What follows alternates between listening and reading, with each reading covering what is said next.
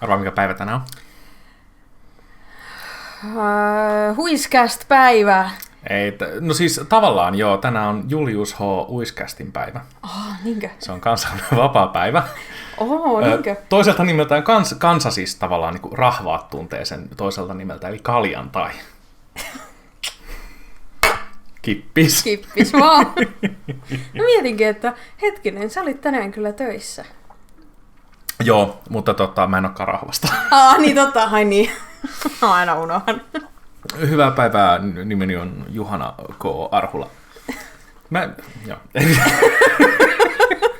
Vitsi lähti, mutta ei lähtenytkään. Juhana on jo vanha mies. Mulla on keuhkossa sellainen tauti, joka tekee musta epähauskaa. Tästä kärsimme sitten kaikki, ei vaan Juhana. Se aina iskee välillä. Se on yllättävä ja väkivaltainen se tautikohtaus, kun se tulee. Mutta se tulee yhtä varmasti joka vuosi, kun uusi vuosi! Wow! Tervetuloa Huiscastin pariin. Minä olen Juhana. Ja minä olen Oona. Ja me olemme huumorihuiskaus, Oona ja Juhana. Ja minä olen tällaisten aasinsiltojen mestari. Niin olet. Tiesitkö, että ne rakensi Ranskassa sellaisen sillan, jossa saa kulkea vaan aasit, ja ne nimesi sen Juhana Karhulan sillaksi? Itse asiassa ei ollut Ranskassa, vaan se oli Suomen kaupungin Karhula. Onko sulla edelleen tää kohtaus päällä? On, tämä on vakava. Siis se näyttää siltä, että mä hymyilen, se saattaa kuulostaa siltä, että mulla on kivaa, mutta oikeasti mä kuolen sisällä. Niin kuin me kaikki. Auttakaa. Niin kuin me kaikki. Hitaasti, mutta niin varmasti. No joo, mennään suoraan asiaan. Juhana, mitä sulle kuuluu? Kiitos, mulle kuuluu tosi hyvää. Mä olin nyt joulun yksin. Joo, niin olit. Ja siis se oli toka kerta. Lol, nolo. No siis, joo. Niin sä oot yksin, kun mä läin pois. Niin, siis. Joo. Oona jätti mut yksin jouluksi, niin sen takia mä olin yksin. Onhan se siis noloa, kyllä. Mä oon samaa mieltä, mä oon yli 30 ja kyllä mun kuuluukin olla yksin. Ansaitsen oikeastaan. Onpa tää vihamielinen tää podcastin alku. Anteeksi. No niin. Mutta siis vietin tosiaan joulun toka kertaa putkeen nyt yksin. Ja siis mun on kyllä pakko sanoa, että mä oon nauttinut ihan sairaasti siitä. Siis koska mulla oli monta vuotta silleen, mä muutin pois kotoa, kun mä olin 18. Ja sitten koska meillä aina lapsena panostettiin tosi paljon jouluun. Joulu oli sellainen iso juttu ja pitkä stressi aina siihen, mutta sitten jouluna päästiin rauhoittua ja syötiin hyvin ja vietettiin aikaa ja saatiin ja jaettiin lahjoja. Se oli kivaa. Ja sitten mä muutin niin pois himasta aika nuorena, mutta sitten mä kuitenkin aina joka vuosi tulin takaisin. Mutta sitten yhtenä vuotena, mä taisin kertoa tämän viime podcastissa, mutta sitten vittu siellä oli normaalia ruokaa. Ja mä oon niin saatana niin kyrpiintynyt siitä, että siis normaalia ruokaa ei normaali jouluruokaa, vaan siis nimenomaan siellä ei ollut mitään jouluruokaa, vaan siellä oli joku vitun täytetty viiriäinen. Ja sitten mä olin silleen, että no tää on ihan hauska läppä, että missä ne on ne ruoat. Ja sitten että eikö meillä on tällainen erilainen joulu tänä vuonna. Ja sitten mä en ole sen jälkeen puhu kellekään niistä. Niin, se on totta, se on. Olen mä puhunut siis, mutta jouluna joskus joo. Mutta viime vuonna mulla oli jotenkin sellainen, mä tunsin jotenkin sellaisen sairaan ison stressipallon siitä joulusta. Ja sitten mä olin vaan silleen, että ei kun nyt mä otan joulun, tiedätkö, itekseni. Tää on minun joulu.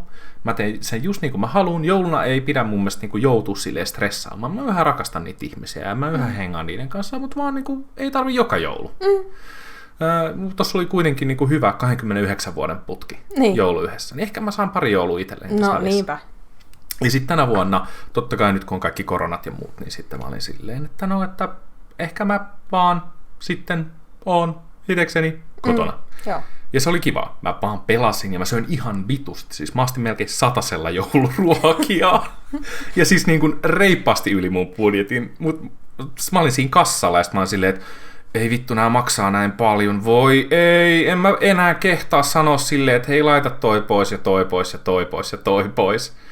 Niin sit mä vahingossa ostin ihan vitusti. Toisaalta mä söin aika pitkään. Niin soit. Kyllä. Mutta tänään maanantaina kun tätä nauhoitetaan, niin söin tänään viimeiset jouluruuat pois, niin nyt on hyvä olla. Sellaista mulle kuuluu tällä viikolla. Okay. Mites sulle? Sulla on vähän erilainen joulu kuitenkin. Joo, Mä olin tosiaan tuolla Kokkolassa perheeni luona. Siellä oli äitini ja molemmat veljeni. Ja olin siellä joulunpäivät. Joulu oli joulu. Ja nyt se on ohi. Ja olen iloinen siitä, että joulu on ohi, koska mä otan aina joulusta niin törkeät jotenkin stressit ja ahdistukset. Ja nyt mä oon silleen, että ihanaa. Että uusi vuosi on yleensä ollut mulle siis sellainen niin kuin suuren, se on mulle jotenkin tosi tärkeä juhla. Tai sellainen, että mä jotenkin niin kuin kovasti aina odotan sitä ja mulle on ihan hirveän tärkeää, missä merkeissä mä vietän tavallaan se mun niin kuin, vuoden vuoden viimeisen päivän ja seuraavan vuoden ensimmäiset tunnit. Se on mulle ihan super tärkeää.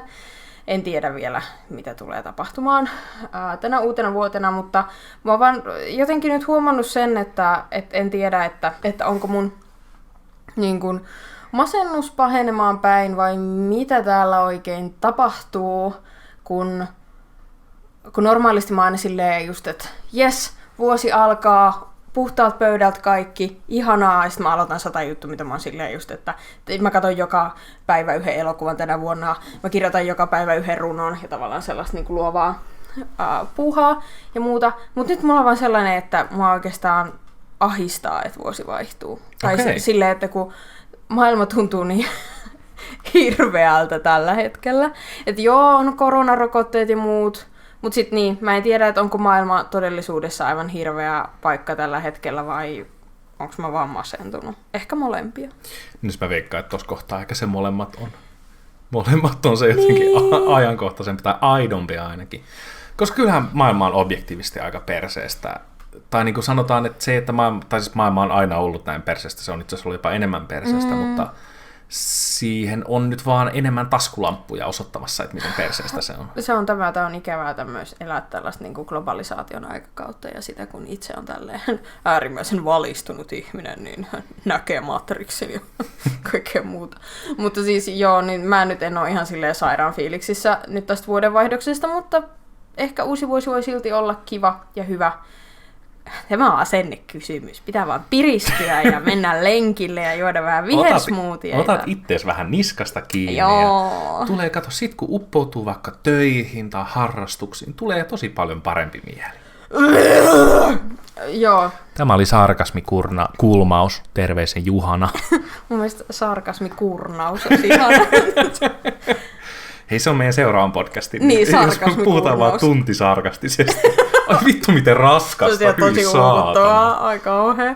Mutta siis joo, ehkä mut hyvä on se, että kun mä viime viikolla puhuin tästä mun hirveästä G-igantti-läppäritragediasta, niin mulla nyt on uusi läppäri. En sitä G-igantista saanut, vaan ihan muualta. Wup, wup. Boikotoikaa G-igantti. Joo, kyllä, joo, ehdottomasti. Boikotointi toimii tosi hyvin. Joo, se on tosi hyvä vaikuttamisen muoto. Ei meidän vielä pitänyt. Sori, anteeksi, mä unohdin. Meidän pitänyt vielä aloittaa sitä podcastia. Mut siis joo.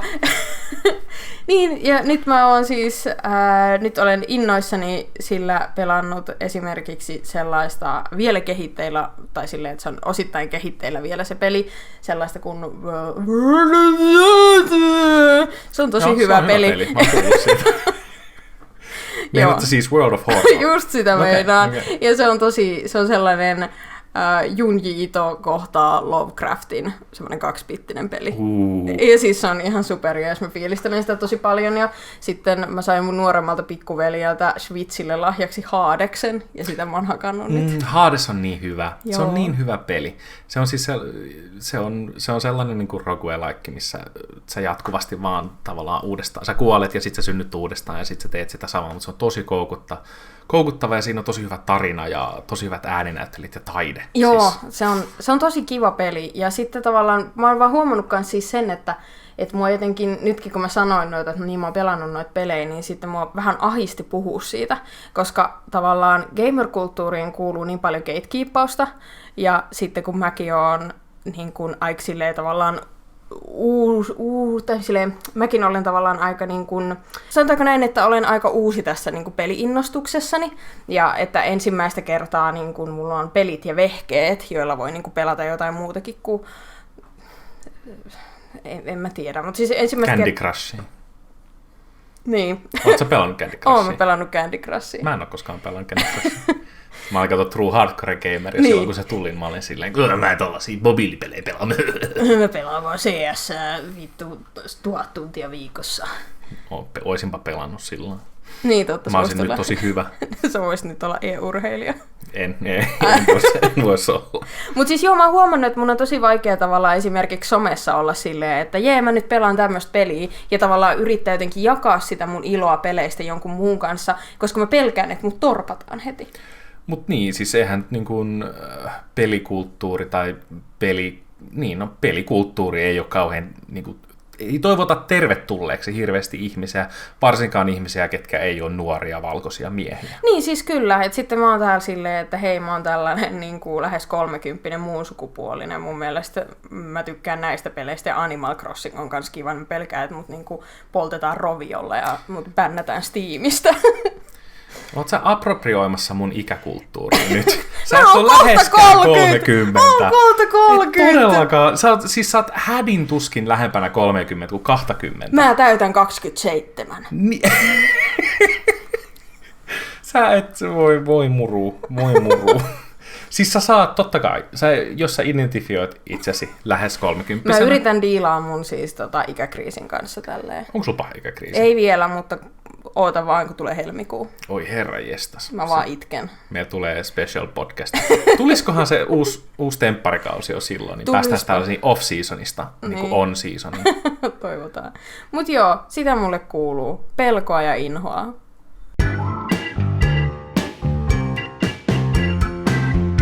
Me katsottiin taas pari leffaa tässä viikolla. Musta tuntuu, että meidän elokuvan katsomisharrastus on ramp-upannut tosi paljon. Joo, kyllä me katsotaan aika paljon nyt. Koska siis me ollaan varmaan, kesällä me katsottiin ehkä 3 kuukaudessa 3 leffaa.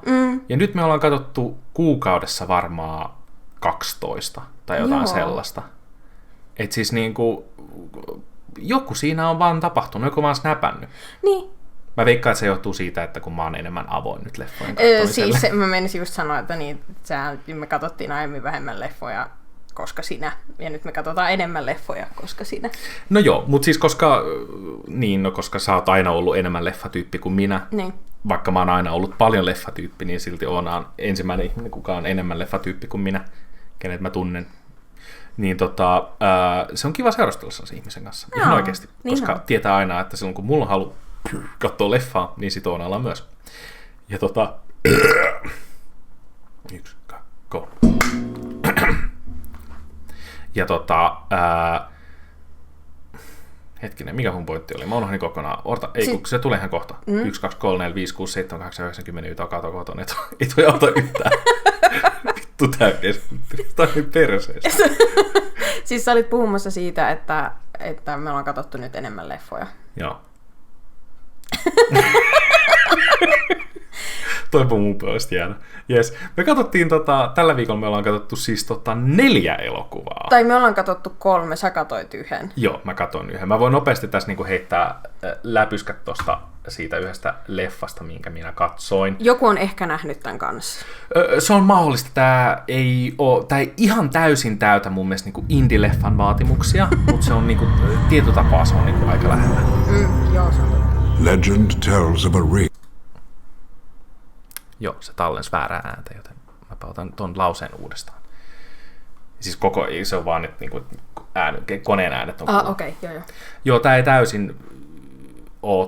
ei täysin täytä ehkä indie-leffan silleen tällaisia, miten se nyt sanoisi, vaatimuksia, mutta se on aika lähellä sellainen kuin Taru Sormusten herrasta Fellowship of the Ring 2001.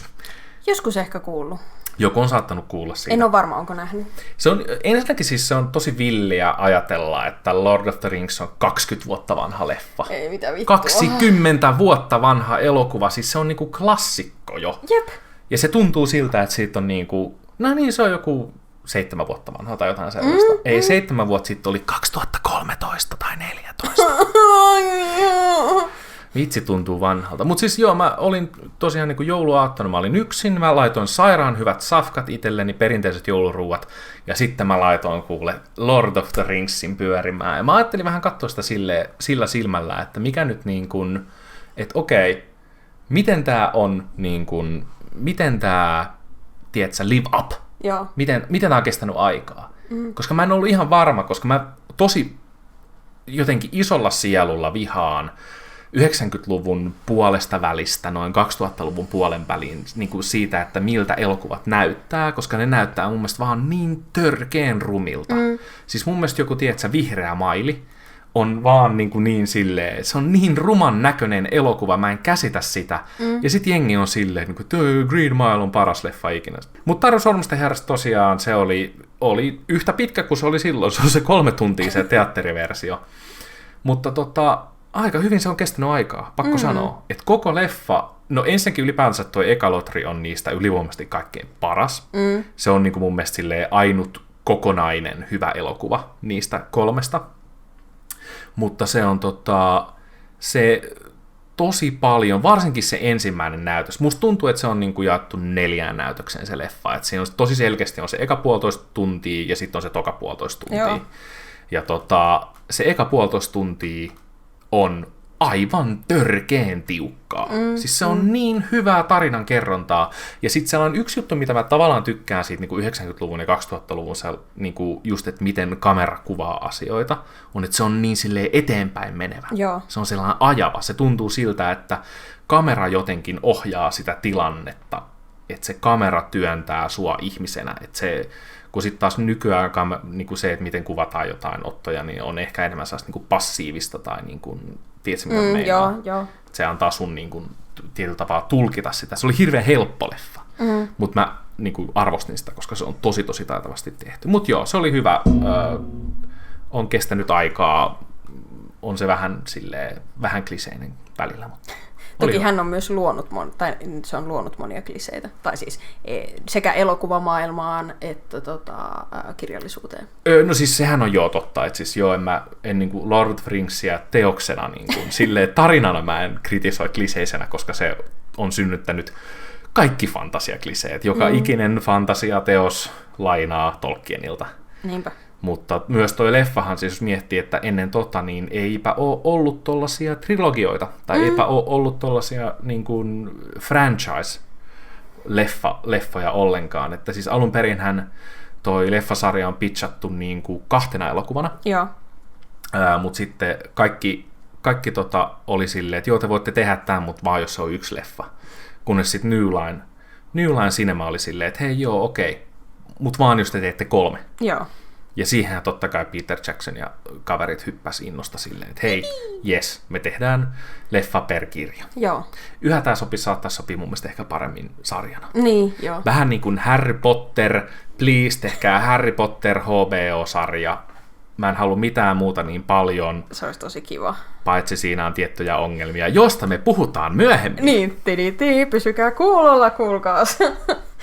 Sitten me voitaisiin ehkä puhua tästä elokuvasta, joka me katsottiin yhdessä, joka siis on, nyt pyydän mitä syvimmiten anteeksi äärimmäisen paskaa lausumistani, koska en tiedä miten kolumbialaiset nimet lausutaan.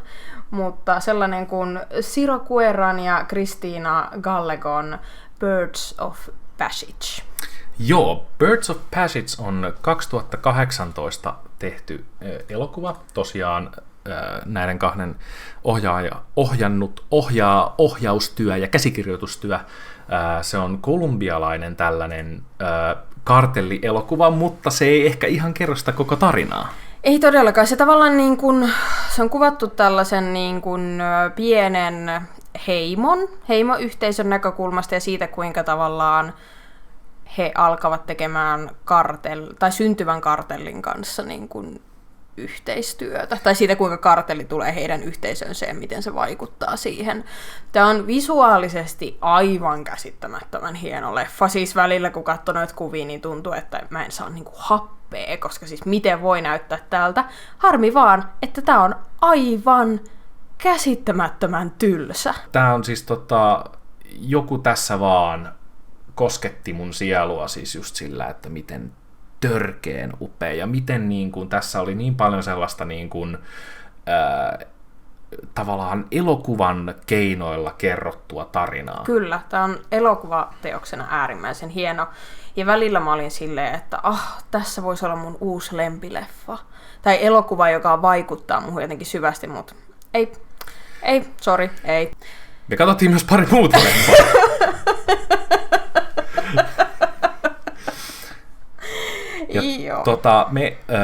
Me päätettiin vähän ottaa juopumislientä ja katsoa pari elokuvaa tässä viikonloppuna. Kyllä, koska siis ei nyt, jo oli vielä joulun aika ja yhtään joululeffaa ei olla katsottu, niin katsottiin toi Love Actually. Oi, pojat! Well Actually siishan on, kaikki ovat nähneet tämän elokuvan äärimmäisen todennäköisesti, ainakin jos on meidän ikäluokkaa, ja jos on ikinä kattonut, tai jos on mitenkään kytköksissä siis brittiläisiin romanttisiin komedioihin, koska tämähän on Richard Curtisin käsikirjoittama ja ohjaama, ja hän on tällainen niin kuin, brittiläisten romkomien nero. Hän on siis niin kuin, kirjoittanut mitään Notting Hilliin ja Bridget Jonesit ja 4 häät ja 1 hautajaiset. Siis kaikki mun äidin lempielokuva. Siis joo, mulla on kanssa sama. Mun mutsi rakastaa näitä leffoja. Ja täytyy kyllä sanoa, että mua huolettaa, nyt kun katsottiin tälleen, kun mä nähnyt tämän teininä, ja silloin mä olin silleen, että tämä on ihan decent leffa. Ei oo. Siis niin kun katsoo tätä nyt, niin mä oon tosi huolissani mun äidin rakkauskäsityksestä. Oikeesti. Koska siis mikä tämä oli? Tää oli äärimmäisen tuotettu ja jotenkin silleen, toi on väärin sanottu. Mun mielestä musta tuntuu, että tää on joku, joka pitää itteensä nerona. Ajatus siitä, että nyt mä rikon kaikkia käytäntöjä ja mä teen tällaisen niin kuin huikeen, eeppisen rom-com-joululeffan. Ja siis kun tässä oli niin käsittämätöntä se, että kun tää on sellainen elokuva, mihin monet palaa joka vuosi. Ja siis, siis kyllä, lukuisat naiset kautta maailman rakastavat Love Actually-elokuvaa. Ja se on mun mielestä ihan käsittämätöntä, koska tavallaan se rakkauskäsitys, mitä tämä elokuva promoaa, on ihan hirvittävä. Koska siis tässä ensinnäkin lähes kaikki romanttiset suhteet, mitä syntyy, niin siinä on aina silleen, että mies on jotenkin auktoriteettiasemassa suhteessa tähän naiseen. Silleen, että se on sen pomo, se on sitä merkittävästi vanhempi. Itse asiassa tässä on 2 juttua, missä se on sen pomo. Totta. Ja siis niinku ihan siis sellaista... Mutta toisessa ei ole niin ongelma, koska se antaa sille potkut. Ai niin, totta. Ja sitten tässä on sellaista ihmestalkkerointia. Ja kun mun isoin ongelma romanttisissa elokuvissa, varsinkin romkomeissa, on se, että kun mä aina mietin, että miksi nämä ihmiset haluaa olla yhdessä. Mikä nämä ajaa yhteen? Niillä ei ole yleensä kemiaa, niillä ei näytä olevan hauskaa yhdessä. Ne on vaan silleen, haluan rakastaa. Ja sitten toinen silleen, minäkin haluan rakastaa. Pitäisikö meidän rakastaa toisiamme? Ja sitten katsojat on silleen, toivottavasti ne rakastaa toisiaan. Silleen, siis niinku, onko yksin oleminen niin hirveetä, että sä oot valmis olemaan ihan kenen tahansa kanssa? Ilmeisesti on, koska se huokuu tästä, tai niinku tästä leffatyylistä. Ja noista kaikista leffoista tosi paljon. Kyllä. Koska näistä myös niinku näkee sen, että tämä on saman autorin kynäilemä tuotos, koska siis kaikki tässä on jotenkin, tässä on myös sitä samaa, mitä puhun siinä Taru Solmusten herrasta, että tässä on sellainen, niin kuin, tiedätkö, vievä kamera. On joo, kyllä. Mutta kaikki on niin itsestään selvää, ja siis tämä on jotenkin, mua turhauttaa niin paljon jotenkin tällaiset leffat, joissa niinku, jotka tuntuu, että on pelkkää, että se olisi tyhjää kaloria. Joo, tää oli just sitä. Et ihan vaan hömpänpömppää. Mä jossain kohtaa mä olin silleen, että ei hetkinen, onks tää nerokas elokuva? Kun mä rupesin miettimään sitä, että tässä oikeesti, tässähän käsitellään tosi monta eri tyylistä niin kuin rom-com-juonta. Kyllä. Siis niin kuin, mitä tässä on, joku 7 eri juonta, mitkä nivoutuu yhteen. Ja mä mietin sitä, että hetkinen, onks tää niinku, tekeekö tää rom-comeille, mitä Cabin in the Woods teki kauhuleffoille, silleen, että tavallaan, että tämä kommentoikin ihan jokaista kaikkea. Tämä on sellainen, niin kuin, tiedätkö, syvä parodia, ja sitten kukaan ei vaan tajunnut sitä. Ja sitten mä olisin, että ei vittu, me kräkättiin koodi. Niin. Me kräkättiin tämä Matrixi, koska tämä on nimenomaan kommentointi siitä, että miten huonoja nämä leffat on, ja että miten yhteen sopivia nämä ihmiset on, ja että miten vitu jotenkin kringee kamaa tämä on. Koska tässä on vaan niin paljon sellaista käsittämätöntä skeidaa, mitä mä vaan en ymmärrä. Niin, ja sitten... Mitä ihmiset ei toimi näin. Ei toimikaan, siis tää on, no ei romkomien kuulukaan olla uskottavia, mutta silleen tavalla mäkin innostuin tuosta ajatuksesta, että hei, että tää on oikeesti, tää on vaan siis nerokas parodia ja kaikki on langennut tähän. Ei tää oo. Ei. Tää on vaan siis niin kuin transfobista, homofobista ja äärimmäisen naisvihamielistä paskaa. Kyllä.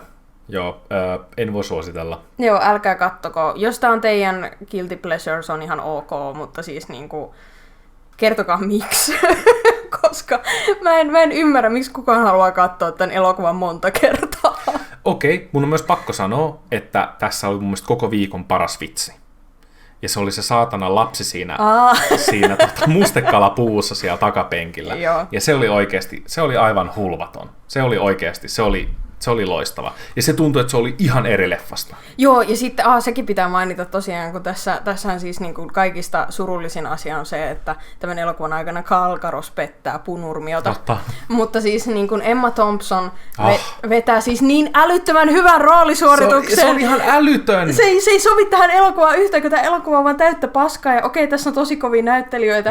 Mutta sitten Emma Thompson vetää semmoisella niin kuin hullulla drivilla niin kuin silleen, että tämä nyt on niin kuin maailman koskettavin draama. Ei kun siis mä niinku ihmettelin, että kun mun mielestä se veti niin hyvän suorituksen, että se olisi ansainnut siis niinku, tiedätkö, sivuosa Oscar-maininnan. Niin siis kyllä. Se oli aivan älyttömän hyvä ja jotenkin kouriva ja sellainen niinku aito. Se hetki siinä mä olin vaan silleen, että ei vittu, onko tää hyvä tää leffa? Joo. Ja sitten seuraava kohtaus tuli, missä se vitun creepy näyttää sille jotain vitun lappuja sille, to me you are perfect, my best friend's wife. Jep. Ja sitten se on silleen, että olet aina ollut minulle niin ilkeä, mutta kyllä voimme olla yhdessä. Sitten suudellaan. Joo. Mutta me katsottiin myös toinen, joka oli vielä huonompi. Heti perään. Me katsottiin putkeen nää. Me oltiin silleen, että nyt me katsotaan tää vitun Love Actually. Ja sitten me katsottiin Love Actually. Jep. Ja sitten me oltiin silleen, että okei, jes, tää ei riitä. Me halutaan lisää, joten me mietittiin, että okei, mikä on sellainen leffa, mikä on niin huono, että me halutaan nähdä se. No, me päädyttiin Louis Leterrierin 2013 elokuvaan Now You See Me. Jonka suomeksi nimi on nerokkaasti Suuri puhallus.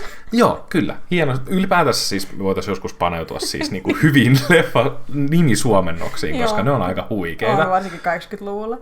Niin hienoja. Mutta tosiaan Now You See Me on siis niin kuin Taikuri Heist-elokuva. Siis, joo, jos kuvitelkaa, että nimenomaan Taikuri Heist-elokuva, mutta jos se olisi niinku Fast and the Furious.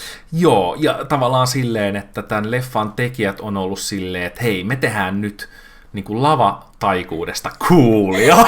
Se oli tämän elokuvin hauskin juttu. Siis silleen ensinnäkin mä en tiennyt, että lavataikuus on oikeasti se, että se on niin valtava juttu kuin se on, koska no mulla oli yläasteella aivan törkeä taikurifetissi. Mä olin siis niin kuin ihan obsessoitunut taikureihin. Jos mä olisin nähnyt tämän yläasteella, niin mä olisin varmaan vaan lauennut kerta toisensa perään. Se on mun mielestä niin kuumaa. Ja nyt mun mielestä oli vaan niin noloa, koska taikuus on niin... Siis mä arvostan tosi paljon silleen, se on niin siistiä, jos ihmiset osaa tavallaan niin kuin tehdä silmänkääntötemppuja. Se on tosi cool, mutta oh my god, se ei silmänkääntöilluusioita, ne on illuusioita. Vittu, tää oli ihan kauhea. Mitä helvettiä? Ensinnäkin tässä oli siis niinku dekkari tavallaan tää juonen rakenne. Ja sitten tää oli just tällainen, että taikurit tekee heist-elokuvan. Joo, siis kyllä. Mut silleen myös, koska siis taikuus itsessään mun mielestä ei ole noloa. Että jos miettii, että jos taikuudesta löytää niitä siistejä juttuja, niin taikuus on oikeasti coolia. Esimerkiksi vaikka, no me mietittiin monta kertaa, että tää on niinku tyhmä prestige. Joo, niin on, siis kyllä, joo. Tää on tosi tyhmä Christopher Nolanin The Prestige, joka muuten on tosi hyvä leffa, suosittelen katsomaan. Prestigissähän on löydetty taikuudesta sellaisia cooleja juttuja. Siinä on cool. Ja sitten jos miettii vaikka jotain Penn and Telleria, ketkä just niinku kerää tuhansia ihmisiä yleisönsä, kymmeniä tuhansia ihmisiä yleisönsä. Tai miettii Chris Angelia tai Eiku vittu! God damn it! Siis se siinä on, kun mun mielestä jos taikuri ottaa itteensä tosissaan, jos siinä ei ole sellaista tiettyä pilkettä silmäkulmassa tai sitten sellaista tiettyä niinku kommentointia taikuudesta, mitä tästä leffasta puuttuu täysin, vaan tää oli vaan puhtaasti niin, että ei, kun tässä on 4 eri cooliuden arkkityyppiä, ja ne on kaikki cooleja, koska ne on taikureita. Joo, siis kyllä. Yksi niistä on tällainen, siis tiedätkö, womanizing naisten mies, joka panee kaikkia, ja sitä näytteli vittu Jesse Eisenberg, joka on ehkä... Onko se Hollywoodin aseksuaalein näyttelijä? Siis on, tai aseksuaalisoiduin. Niin, ehkä aseksuaalisoiduin, kyllä. Ehkä se, kuka se oli toi Scott Pilgrimin näyttelijä? Michael Cera. Michael Cera on toinen, Joo. hyvin sellainen, mutta toisaalta Michael Cerassa on sitten taas sellaista poikamaista, niin on, poikamaista seksiä. Jesse Eisenbergissä on vaan niinku, mitä vittu? Jesse Eisenberg näyttää musta 13-vuotiaalta sedältä. Niin näyttää, siis kyllä. Ja sitten kun sillä oli tässä on vähän tuonne seksikkäämpi tukka. Joo, ja tollanen parta. Ei, se oli ihan kamalaa. Joo, siis ei. Tää on aivan käsittämättömän huono. Ja sit kaikista hirvein tässä on se, että mä vihaan siis heist-elokuvia, mutta niissä on sentään joku tyydyttävä aspekti on se, että kun paljastetaan, mitä se huijaus on tehty, ja sit se aukeaa silleen hienosti. Sitä ei tapahdu tässä. Joo, me ei nyt spoilata tätä loppua, mutta siis koska tässä on joku paljastus, tässä on lopussa paljastuu, että mutta se on niin vittu maailman ja kun se sotii kaikkia vitun siis dekkarijuttuja niin vastaan, että näin ei saa tehdä. Se on niin siis käsikirjoitus teknisesti käsittämättömän paska. Ja sitten tavallaan just, että kun tässä ollaan silleen, että kun niitä temppuja, mitä näytetään, niin se logiikka ei aukea, koska sitä ei selitetä, koska ne ei varmaan itsekään tiedä ne käsikirjoittajat, miten ne temput tehdään. Ne on vaan silleen, no ei tässä ole, ei nää mitään velhoja ole, mutta tässä on taikaa. No fiksuimpia tyyppejä täällä huoneessa, mutta me käsikirjoittajat ei olla. Mutta joka on silleen hauskaa, koska mä oon just niin kuin... mä oon itse ollut tosi iso taikafani kanssa itsekin, ja siis itse nykyäänkin vielä siis seuraan alaa jonkun verran, ei mitenkään hirveästi, ja jossain kohtaa mä opettelin tosi paljon eri taikatemppuja, ja mulla oli just, niin kun mä näen taikatemput, jos mä näen joku taikatempun, niin mä olin silleen, että miten tää tehdään, kiinnostaa tosi paljon. Ja sitten totta kai niin otti paljon selvää, niin kaikki tässä leffassa siis, niin tässä selkeästi on ollut taikureita konsultoimassa näitä, mutta ne ei ole kertonut, että miten ne temput tehdään. Ei ne on vaan silleen, että no tämän tempun voisi käytännössä tehdä. Sitten on keskenään kuiskutellut. Joo, no sit se olisi cool, jos se tekisi näin. Ja sitten leffan tekijät on vaan silleen, okei. Jep, taikuuden salaisuus pitää säilyttää. Ei kaikkia salaa. Kyllä tässä jotain paljastetaan. Niin siis jotain, ne parit isot set piece taijat kyllä paljastaa, mutta muuten se tuntuu vaan siltä, että no ne vaan katos ja ilmestyi. No se on niinku supersankari. Niin. Siis kun tää on supersankari-elokuva, tosi outo. Mutta siis joo, tää on ihan hirvittävä. Siis älkää käyttäkö aikaa tähän, koska siis tää ei ole edes niin huono, että tää olisi hyvä. Mutta tää on niin huono, että mä oon silti innostunut tästä. Okei, joo. Tällä hetkellä mä oon äärimmäisen innostunut tämän huonoudesta. Ehkä meidän pitää katsoa se 2 sitten. Ei. Aha, Suuri puhallus 2. Ei, siis mä en ollut innostunut silloin, kun me katsottiin sitä. Mä et vittu. Joo, älkää kattoko tätä. Joo.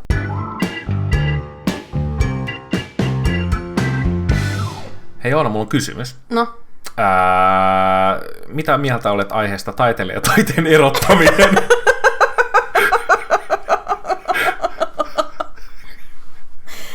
Ei, mulla on oikea ajatus. Joo. Mutta sain sut nauramaan. Niin sai. Saiko monesti saat mut nauraa? Paitsi silloin, kun mä oon sulle ilkeä meidän openereissa. Niin, silloin mä en tajua, miksi mä oon niin ilkeä. Anteeksi. Me viime viikolla puhuttiin paljon siitä, että mitä on niin kuin eettinen kuluttaminen, ja meidän piti viime viikolla koskettaa sitä sen jälkeen, kun me puhuttiin tuosta pelialan hirveydestä ja siitä, että onko eettistä esimerkiksi ostaa jotain pelejä, jos siellä vaikka rikotaan ihmisoikeuksia jatkuvasti ja silleen systemaattisesti. Meidän piti myös koskettaa siis sellaista aihetta, että miten ylipäätänsä sä voit kuluttaa taidetta eettisesti, koska aika monta taiteilijaa on, sanotaanko, valtavia paskahattuja. Tuo oli kauneimmalla mahdollisella tavalla sanottu. Joo, tää on niinku perheelle sopiva podcasti. Ai niinkö? Joo, niin kyllä mä uskon, että tuollaiset pillulimat pitää pitää niin kuin hillittynä. Kyllä, näinhän se on joo. Jos te olette lapsia, ettekä tiedä mikä pillulima on, niin sen löytää Googlesta. Sieltä löytyy myös, jos hakee pippeli tai tissi. Myös skatfetissi on hyvä haku. Mulle tuli vaan mieleen se, kun sä käytit sitä jotain, niin kuin, kun Juhanan telkkarissa on sellainen niin kuin ääniohjaustoiminta, ja sitten se haki jotain YouTubesta, ja sitten se vahingossa se tulkitsi se juttu, että Juhana olisi hakenut movie sex. Ja sitten mun nauratti hirveästi ajatus siitä, että Juhana siellä haeskelee, ei me pornosivustolle, vaan googlaa movie sex, sitten on silleen, tällä minä rukkaan.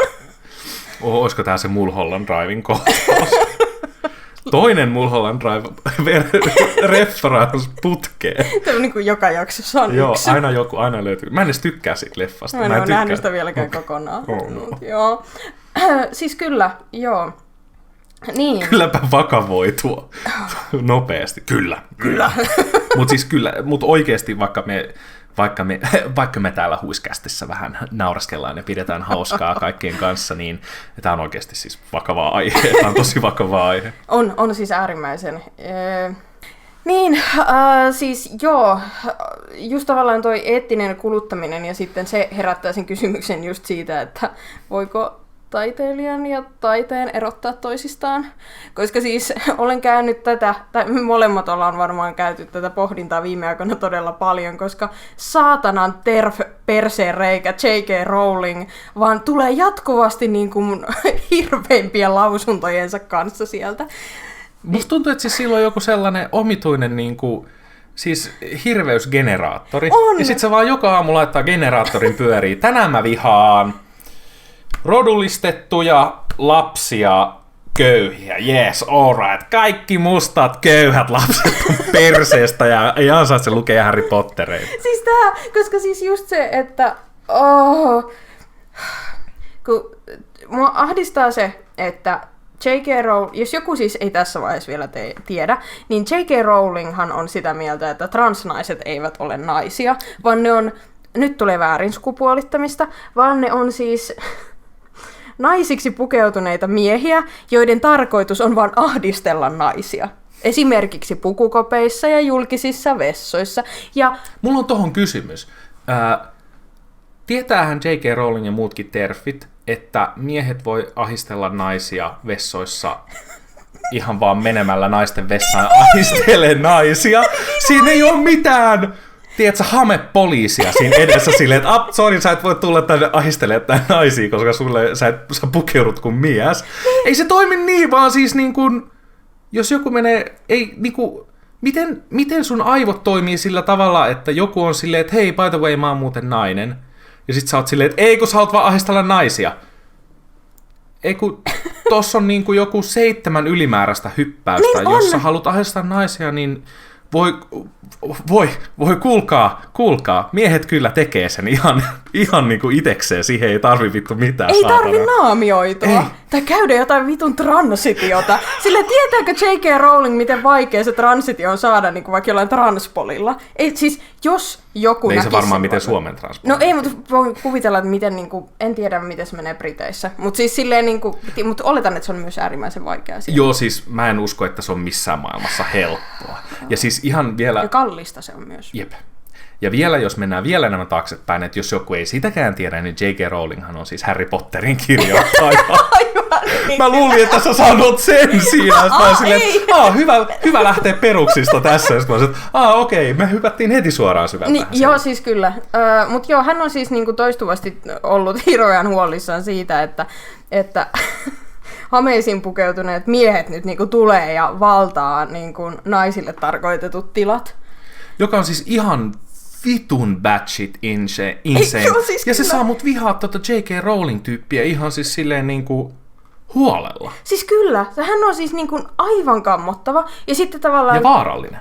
Äärimmäisen vaarallinen, koska hän on aika rikas ja hänellä on aika iso platformi. Ja sitten kaikista maailman asioista hän päättää siis käyttää tollaista niin kuin harhasta TERF-salaliittoteoriaa niin kuin meininkiä tai niin kuin kurjistaakseen vielä enemmän transihmisten ja varsinkin transnaisten asemaa. Jos joku ei tiedä, niin TERFhän tarkoittaa niin kuin Trans-Exclusionary Radical Feminist. Joo. Eli niin kuin, siis feministi, kuka käytännössä ajaa pelkästään niin kuin naisiksi syntyneiden ihmisten asemaa. Kyllä, joo, tai niin kuin, että J.K. Rowling, mulla oli joku tosi hyvä ajatus tähän. Niin siis, että TERFeillä on yleensä siis samanlainen asenne kuin, niin kuin naisiin kuin sovinisteilla, koska ne näkee naiset kävelevinä pilluina. Ja se pillu on niin kuin se, joka määrittää sen, että onko sulla oikeus mennä jonnekin tilaan vai ei. The damn! Siis toi on ihan käsittämätöntä paskaa, ja sitten tavallaan kun nämä hänen niin kun, sekoilunsa sai palstatilaa, niin sitten alettiin keskustelemaan myös siitä, että mitäs kaikkia ongelmallista Harry Potterista löytyy, ja oh boy, siellähän on vaikka mitä kivaa rasismia. On, ja sitten tähän väliin mä haluan myös sanoa sen, että J.K. Rowlinghan joskus niinku, se tuntuu olevan sellainen niin kuin woke goddess, tietsä, sellainen, että hei, tiesitkö muuten, että Dumbledore on homo? Ja sit mä olin silleen, niin kuin, että hei, wow, toihan on siisti juttu. Niin. Mutta sit kun miettii yhtään pidemmälle sitä, että silleen, että niin, mutta ei se siinä kirjassa niin kuin mitenkään paljastunut. Joo, mutta se on siellä tarkoituksessa. Mutta kun sillä ei ole mitään väliä, mikä sun tarkoitus on, jos sä oot kirjoittanut sen hahmon niin, että siitä ei pysty lukea sitä, että se on homo, niin silloin se ei ole niille lukijoille homo, ja silloin se ei kerro mitään opetusta siitä esimerkiksi vaikka, että homoseksuaalisuus olisi ok. Jep, ja sitten nyt kun tuli nämä Fantastic Beast-leffat, niin siinä olisi ollut mahdollisuus näyttää Dumbledore homoutta. Näytetäänkö? Ei. Kyllä ihmiset tietää sen muutenkin, ei sitä tarvitse näyttää. Vittu, siis niinku... Ja siis tässä on aivan toinen keskustelu, mikä me käydään jossain toisessa podcastissa, on se, että mikä sun tarkoitus versus se, että mitä tapahtuu oikeassa maailmassa, että sillä on järkyttävän iso ero. Me käydään se eri podcastissa, mutta siis se nivoutuu tähän aivan mielettömän hienosti. Kyllä. Ja tämä mua harmittaa niin paljon tämä tilanne tämän Rowlingin kanssa, koska siis Harry Potter on mulle, niin kuin varmasti tosi monelle mun ikäiselle, niin minkä sukupuoliselle tahansa ihmiselle, aivan äärimmäisen tärkeä kirjasarja Harry Potter on. Se on ollut sellainen turvapaikka. Kyllä. Siis Harry Potterit on ollut silleen, että jes, että niin kun, et se on ollut, Tylypahka on ollut niin kun turvallinen fantasiamaailma, minne mennä. Ja siis mä oon ollut varmaan 12, kun mä luin sen ekan kirjan, just täsmälleen oikein ikäinen vittu Harry Potterille. Mä oon kasvanut Harryn kanssa. Joo, sama. Mulla on mustat kiharat hiukset, mulla on lapsena ollut siis niinku pyöreät silmät. Sä näytät ihan Harry Potterilta. Mulla on sanottu, että mä näytän Harry Potterilta. Siis Harry on ollut mulle sellainen niinku lapsuuden ystävä. Niin. Ja niinku se kirjasarja on opettanut mulle siis niinku tavallaan aikuistumisesta ja sellaisesta niinku tosi monesta teemasta moni tärkeitä asioita. Ja sen takia tää on mun mielestä helvetin tärkeä asia puhua. Koska Harry Potter-kirjasarja on yhä mulle todella tärkeä. Samoin. Ja se on mulle siis sellainen, että se tulee olemaan mulla koko loppuelämän mulla sellainen niin kuin tavallaan herkkä ja kaunis asia, mistä mä välitän tosi paljon, mitä mä rakastan. Kyllä, sama. Mutta samalla mä vihaan sitä, kuka on luonut sen. Ja myös totta kai mä näen sen, että sitten kun täältä on ruvettu vähän niin kuin tutkimaan uudella linssillä näitä Rowlingin kirjoituksia, niin siellä vähän silleen, että tää saattaa olla vähän rasistinen tää juttu. Jep. Tai esimerkiksi vaikka antityöväenluokka. Joo, Koska siis esimerkiksi Hermionen yritys niin kun pelastaa nämä kotitonttujen olot, niin sitä kohdellaan sellaisena niin kuin hulluna radikaalina. Joo, ja silleen läppähö. Joo, silleen nehän haluaa olla orjia. Niin, siis tää, jep. Voi vittu, tossa on... Mä en edes pysty aloittaa siitä, että miten monella tapaa ongelmallinen toi väite on. Siis ja puhumattakaan siitä, että Harryn ratkaisu kaikki on se, että hänestä tulee poliisi. Vitun kytät haistaa tikkeli.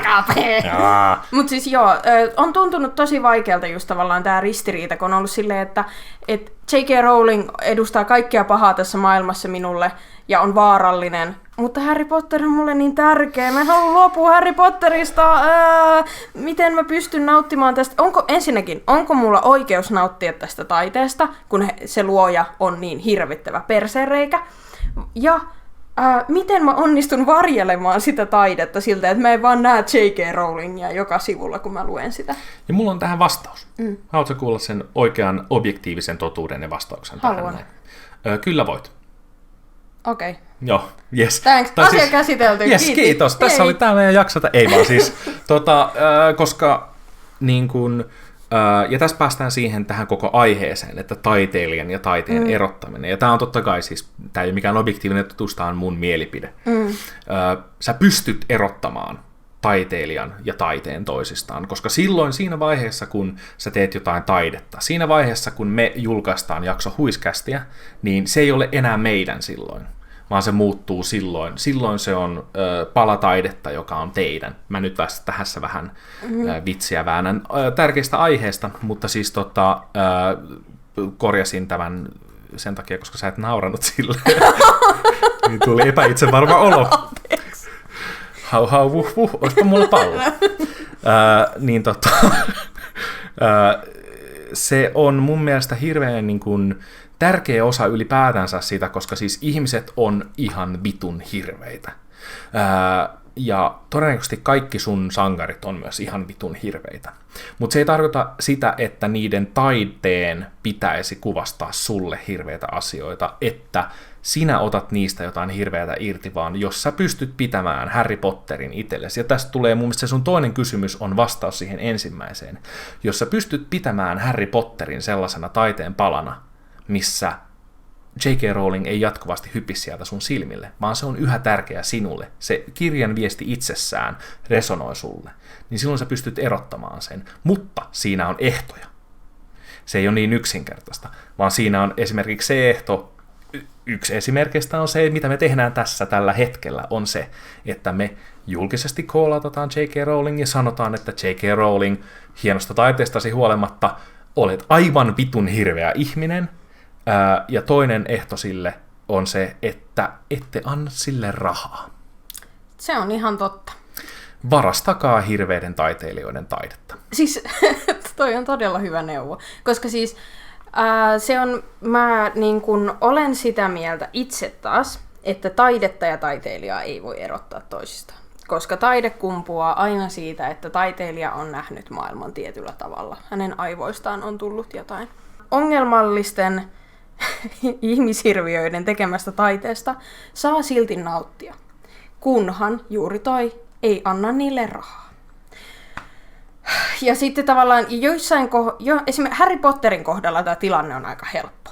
Silleen, että mulla on ne kirjat himassa, mä oon saanut niitä joululahjaksi sitä mukaan, kun niitä on ilmestynyt. Ja mulla on ne leffat mun mielestä kans himassa niin kuin DVD:llä. Mä voin katsoa niitä, mä voin lukea niitä. Mun ei tarvi antaa rahaa yhtään mihinkään enää. J.K. Rowling ei saa multa enää mitään, vaikka mä luen sitä kirjaa kuinka monta kertaa uudelleen. Mutta sitten on taas sellaisia tilanteita, joissa tavallaan tämä erottaminen on paljon vaikeampaa, esimerkiksi musiikin kohdalla. No, Die Antwoord-yhtye on tällainen eteläafrikkalainen periaatteessa duo, joka tuli kuuluisaksi heidän tosi omintakeisesta soundista. Ja se, että he molemmat, sekä Ninja että Yolandi, on tosi erikoisen näköisiä tyyppejä. Ja tää oli jotain tosi freshia ja uutta. Mä pidin heidän musiikistaan tosi paljon. Mutta voi joku, kun on muuten hirveitä tyyppejä. Ensinnäkin niin kun, en edes aloita puhumaan siitä, miten paljon ne kaappaa niin kun kulttuuria. Todella homofobisia tyyppejä, ovat niin kun myös groomanneet erästä niin kun nuorempaa artistia. Chehani oli hänen nimensä, ja tämä Die Antwoordin ongelmallisuus ilmeisesti niin kun pääsi kunnolla esiin nimenomaan tämän Chehani-keissin kautta. Hän on siis, niin kun, hän on siis niin kun rap-artisti, joka julkaisi videon, missä hän räppäsi siitä, että miten tämä Die Antwoordin Ninja oli groomannut häntä. Ja sitten se julkaisi siinä kaikki niiden viestit, kaikki kuvat, kaikki sähköpostit, mitä ne oli käynyt läpi. Ja siitähän nousi ihan törkeä metakka. No varmasti. Ja Die Antwoord niin kun yritti vaientaa sen monella tapaa ja väitti, että se valehtelee ja että se ei ole totta. Mutta ne todisteet oli olemassa siinä videossa. Ne kaikki viestit ja sähköpostit, mitä on käyty. Ja kun mä kuulin tästä, niin tää oli mulle sellainen, että okei, selvä, tätäpäs yhtyettä en muuten enää kuuntele. Ja koska se on bändi, heidän musiikkiaan on Spotifyssa, ja se, että heidän musiikkia striimataan, heidän keikoilla käy, he saa siitä rahaa. Niin siitä tavallaan niin kuin aiheuttaa sen, että niin, koska he on, niin kuin, tässä vaiheessa pitää tehdä se, että jos haluaa olla tukematta heitä, niin ei saa kuunnella heidän musiikkiaan, ellei sit varasta sitä musiikkia. Niin. Me ollaan tällaisia varisverkoston lähettejä.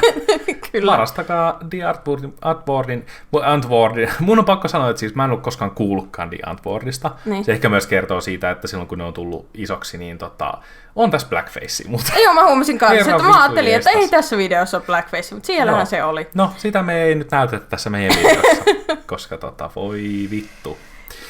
Mutta joo, mä en ollut kuullut tästä ennen ja tosiaan varmaan johtuu siitä, että millaista musiikkia mä itse kuuntelin silloin, kun tää tuli. Milloin se on? 2010 vuoden alussa? Tai siis niinku luvun? Milloinkohan mä oon ollut siis niinku lukiossa, kun tää on niinku silleen, kun tää on, eikö mä oon elänyt välivuotta, tää on ollut... Joku 4 kuukautta sitten?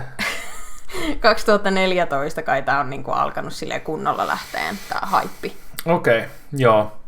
Mulla ei tohon siis hirveästi sanottavaa muut kuin vaan silleen, että joo, aivan hirveetä. Ja tossa tavallaan tulee just se ehto siitä, että joo, jos on sulle tärkeää se taide. Ja siinä mun mielestä, mitä sä sanoit siitä, että taide kumpuaa aina siitä niin kuin taiteilijan, mitä sanoit, taiteilijan niin kuin niin, no siis tahdosta. Siis hänen niin kuin subjektiivisesta kokemuksestaan jotain asiaa koskien. Joo, ja mutta siitä tullaan mun mielestä siihen just, mitä mä olin sanomassa tuossa aikaisemmin, joka on siis se, että sillä, mitä taiteilija yrittää sanoa, ja sillä, mitä se tarkoittaa sulle, sillä saa olla ero. Totta kai ja mun mielestä sillä erolla on hirveän iso merkitys siinä, että miten niin kuin, mutta jos sulle esimerkiksi, kun sä luet Harry Potteriin, no, otan nyt se esimerkki, koska mä en osaa heihin hirveästi niin kuin kommentoida, jos sulle tulee siellä vastaan silleen, että tää on muuten ihan vitun transfobinen, no mä annan ehkä itselleni luvan nauttia tästä silti, niin sit aletaan ehkä liikkua niin kuin ongelmallisilla niin kuin alueilla, mutta jos se sulle yhä ei tarkoita sitä, niin silloin tietyllä tapaa se taideteos ei ole transfobinen. Mä kyllä niin kuin siis on samaa mieltä siitä, että kun taiteilija päästää tuotoksensa niin kuin maailmaan, niin sitten siitä tulee kokijan. Ja tästä nyt esimerkkinä niin kuin on vaikka silleen, että Lars von Trier, joka on suosikkielokuvaohjaajani, hän on monella tavalla ikävä ihminen. Ei tietääkseni ole niin kuin, silleen, että hän on niin kuin hän ei ole edes bare minimum, mutta niin kuin ei ole tietääkseni niin kuin vaikka seksuaalisesti käyttänyt hyväksi ketään tai muuta, mutta on kammottava tyyppi. Joo, ja sanotaan näin, että jos siitä tulisi julkisellasta, niin mä en olisi yllättynyt. En mäkään, mutta kuitenkin niin sitten tavallaan se, että monet kokee hänen elokuvansa äärimmäisen siis naisvihamielisinä. Mä taas koen ne äärimmäisen feministisinä. Ja se on tavallaan se, mä en tiedä mitä hän on tarkoittanut, koska mä en tiedä, onko Lars von Trier pohjimmiltaan naisvihamielinen ihminen. Mutta sitten tavallaan elokuvaohjaajissa on myös vähän se, että mua harmittaa se,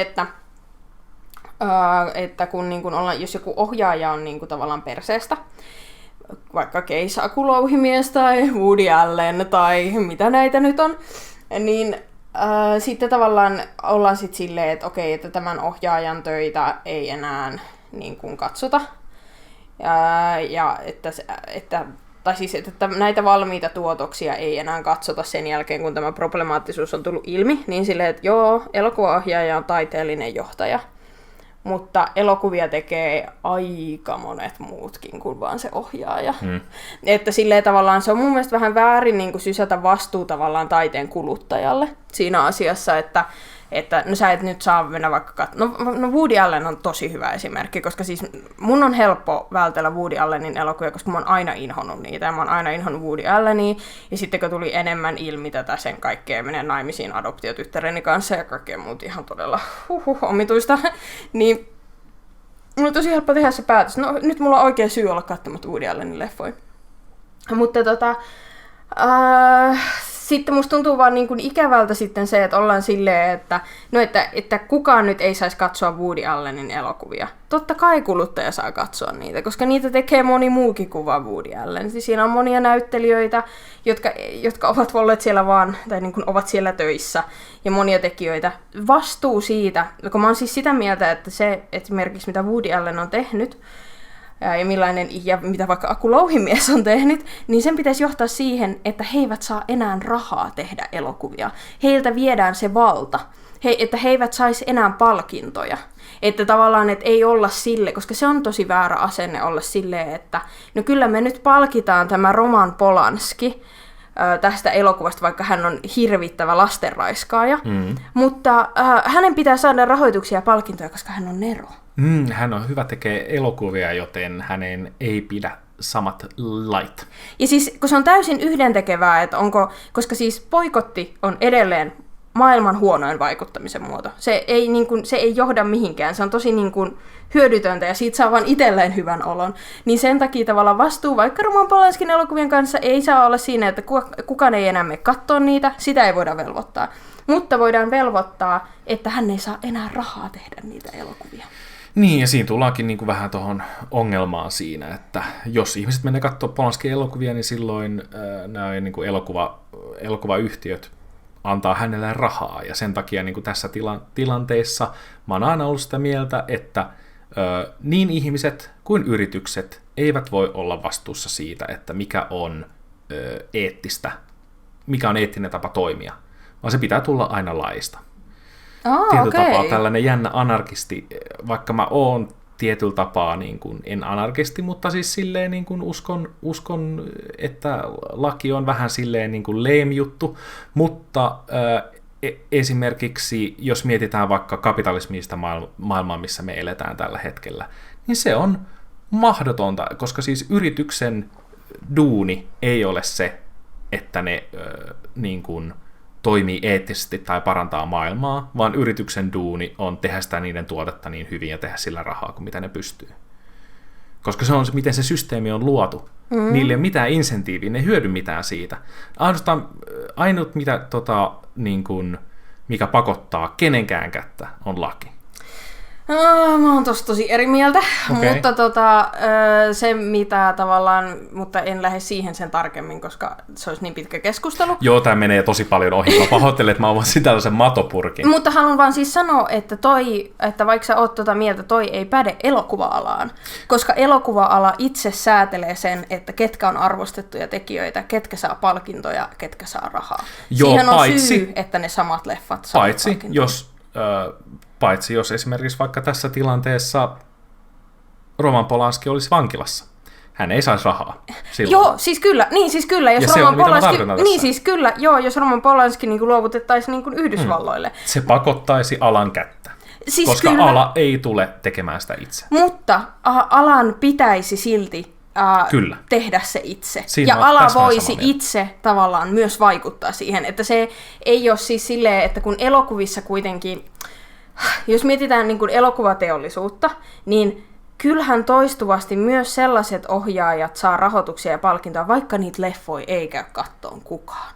Suomessa tavallaan tämä on tosi pienessä mittakaavassa, mutta tosi selkeänä. Esimerkiksi oma suosikki suomalainen ohjaaja, niin J.P. Valkeapää, tekee todella hienoja suomalaisia taideelokuvia, joita ei katso kukaan. Arva, kuka voittaa kaikki Jussit? J.P. Valkeapää. Ja sitten Suomessakin vaikka juuri luin Elokuvasäätiön tukipäätöksiä. Elokuvasäätiö on suurin suomalaisen elokuvan rahoittaja. Ja rahat tulee veikkausvaroista, veroista ja mistä kaikesta ikinä. Ja siellä ne oli taas antanut Aku Louhimiehelle apurahaa. Että silleen tavallaan, että mikään ei muutu. Ja tästä päästään itse asiassa keskustelemaan siihen, että johtaako cancel-kulttuuri yhtään mihinkään. Mulla oli aasinsiltana pielessä se, että no jos sun mielestä boikotointi ei toimi, niin sitten toimiko sun mielestä cancel-kulttuuri? Tää sun oli paljon paremmin, mä tykkäsin tästä enemmän. Joo, cancel-kulttuurillahan siis tarkoitetaan, se on joku, onko se 2018, kun se termi on tullut käyttöön, sillä tarkoitetaan siis sitä, että joku yritys tai yksilö ongelmallisen käytöksensä takia on niin kuin cancelled. Silleen, että hän ei pysty enää toimimaan samalla tavalla kuin ennen. Että kun joku canceloidaan, niin hänen elämänsä kärsii siitä merkittävästi hänen virheidensä takia. Ja cancelaamista yleensä edeltää call-outtaminen, millä tarkoitetaan sitä, että julkisesti tuodaan esille, että joku yritys tai ihminen toimii eettisesti väärin. Vaikka J.K. Rowlingin tapauksessa. J.K. Rowling on TERF. Se on call-outtamista. Sitten on olemassa myös calling, tai niinku call-inia, joka meinaa sitä, että joku laittaa J.K. Rowlingille viestin, hei, olet TERF. Ja yleensä sitten call-outtaus, sitä pidetään itsessään aika silleen jotenkin paheksuttavana asiana. Mitä se ei mun mielestä ole ollenkaan paheksuttua, koska se on se, että tuodaan esiin joku asia, ja sitten kun siitä keskustelusta tulee julkinen, niin yrityksen tai yksityishenkilön pitää reagoida siihen jotenkin. Ja siitä syntyy yleensä joku hyvä keskustelu. Esimerkiksi vaikka siis, kun nyt oli tämä kansallisteatterikeissi tässä niin kuin syksyllä, missä oli Kaikki äidistäni näytelmä, johon oli jossa oli niin kuin transnaisen rooli, johon oli palkattu cis-miesnäyttelijä, ja sitten siitä tehtiin call-outtaus, jolloin siitä tuli tosi iso keskustelun aihe niin kuin viikonlopun ajaksi niin kuin suomalaiselle kulttuurikentälle. Ja se on 100 kertaa tehokkaampaa kuin se, että joku laittaa Kansallisteatterille viestin, että hei, miksi teillä on tällainen transfobinen meininki täällä? Tai sitten, jos Facebookissa sanotaan, että no sit me ei mennä katsomaan sitä. Niin, kyllä. Tämä oli siis super paljon tehokkaampi kyllä.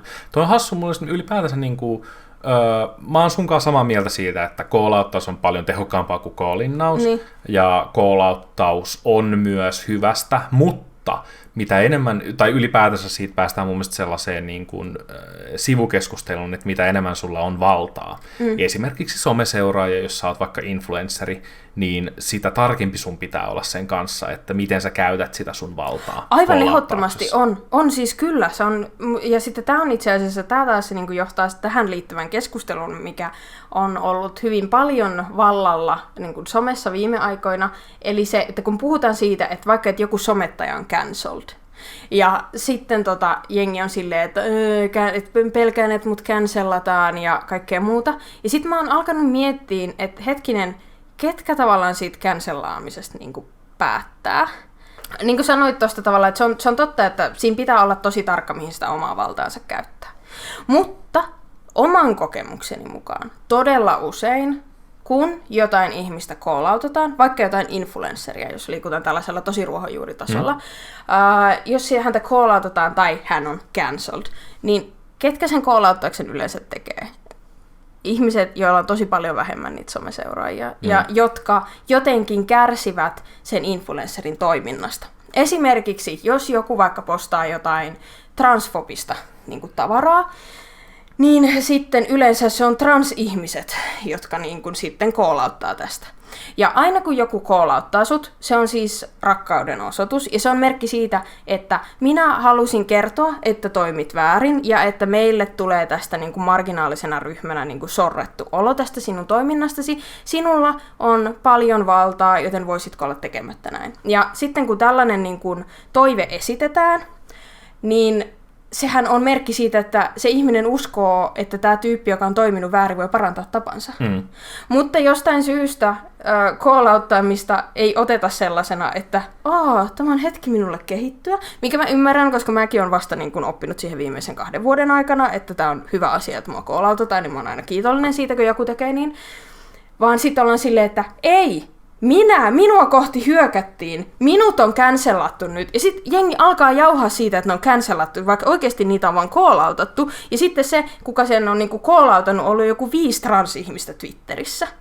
Ja sitten sit ison profiilin seuraajat raivoo siitä, tai niinku somettajat sitten kiukuttelee siitä, että kyllä minut on nyt cancelattu, kun 5 ihmistä lopetti seuraamasta minua. Vaikka oikeasti ei ole mitään tapahtunut, mitään cancellaamista, koska siis Mikä meitä vaivaa podcastin viime jaksossa tuotiin hyvin esiin se, että tyylin ainut ihminen, joka on oikeasti cancelattu Suomessa, on siis Veijo Paltsaar. Se on sellainen, että tyyliin niin kuin kukaan ei mene katsomaan hänen näytelmiä enää, koska hän oli kruumaaja ja kulttijohtaja. Mutta silleen tavalla, että muuten en keksi yhtään enempää esimerkkiä siitä, että kuka olisi cancelattu Suomessa. Mutta siis kuvittele, että mä olisin täysin sivistymätön moukka ja mä en tietäisi Veijo Baltzar-tilanteesta. Niin. Lähinnä siis meidän kuuntelijoille. Niin, että jos sun pitäisi selittää jollekin sellaiselle tämä Veijo Baltzar-keissi, niin haluaisitko avata? Veijo Baltzar on siis suomalainen kuvataiteilija ja teatterintekijä, joka siis, en itsekään ole ihan täysin perillä, että miten tämä keissi on niin kuin täysin edennyt, mutta MeToo-liikkeen jälkimainingeissa tuli ilmeen, että Veijo Baltzar on siis seksuaalisesti hyväksikäyttänyt naisia, jotka ovat hänen näytelmissään, myös tyttöjä, jotka ovat hänen näytelmissään, ja tästä ei ole koskaan puhuttu mitään. Se on ollut sellainen teatterialan mukava yhteinen pikkusalaisuus. Oi, okei. Okay. Ja nyt kun tämä tuotiin julkisuuteen, ja onneksi se tuli julkisuuteen, onneksi ihmiset ovat uskaltaneet puhua tästä, niin Veijo Baltzar on cancelled. Joo, hän kyllä ansaitsee cancellauksensa aivan täysin 100% niin kuin hienosti. Mutta mitä sä oot sitten taas mieltä siitä, kun sitten tässä on ollut muutama sellainen esimerkki cancellauksesta, joka on ollut ehkä niin kuin väärän tiedon pohjalta tai ennenaikaista. Mun mielestä aika hyvä esimerkki on Johnny Deppin keissi. Siis kyllä, mutta sehän tavallaan niin kuin perustui siihen, että se oli niin kuin valhetta. Niin, mutta siis jos miettii, että Johnny Depp kuitenkin aktuaalisesti cancellattiin. Siis kyllä, ja se oli hirveää. Joo, ja siis se mitä tässä tapahtui oli siis, että toi Johnny Deppin puoliso, mikä hänen nimensä? Amber joku. Amber Heard, jotain H-lla alkava. Paska Amber se on. Mä oon koittanut aktiivisesti unohtaa hänen nimensä. Joo. Paska Amber tuli somessa julki silleen, että, tai ei somessa, vaan siis niin kuin lehdissä silleen, niin kuin, että joo, Johnny Depp on niin kuin, hakannut mua. Ja sitten totta kai mä olin itsekin silleen, että okei, fuck Johnny Depp den, koska siis mä en ole koskaan myöskään tykännyt sen leffoista kauheasti. Mutta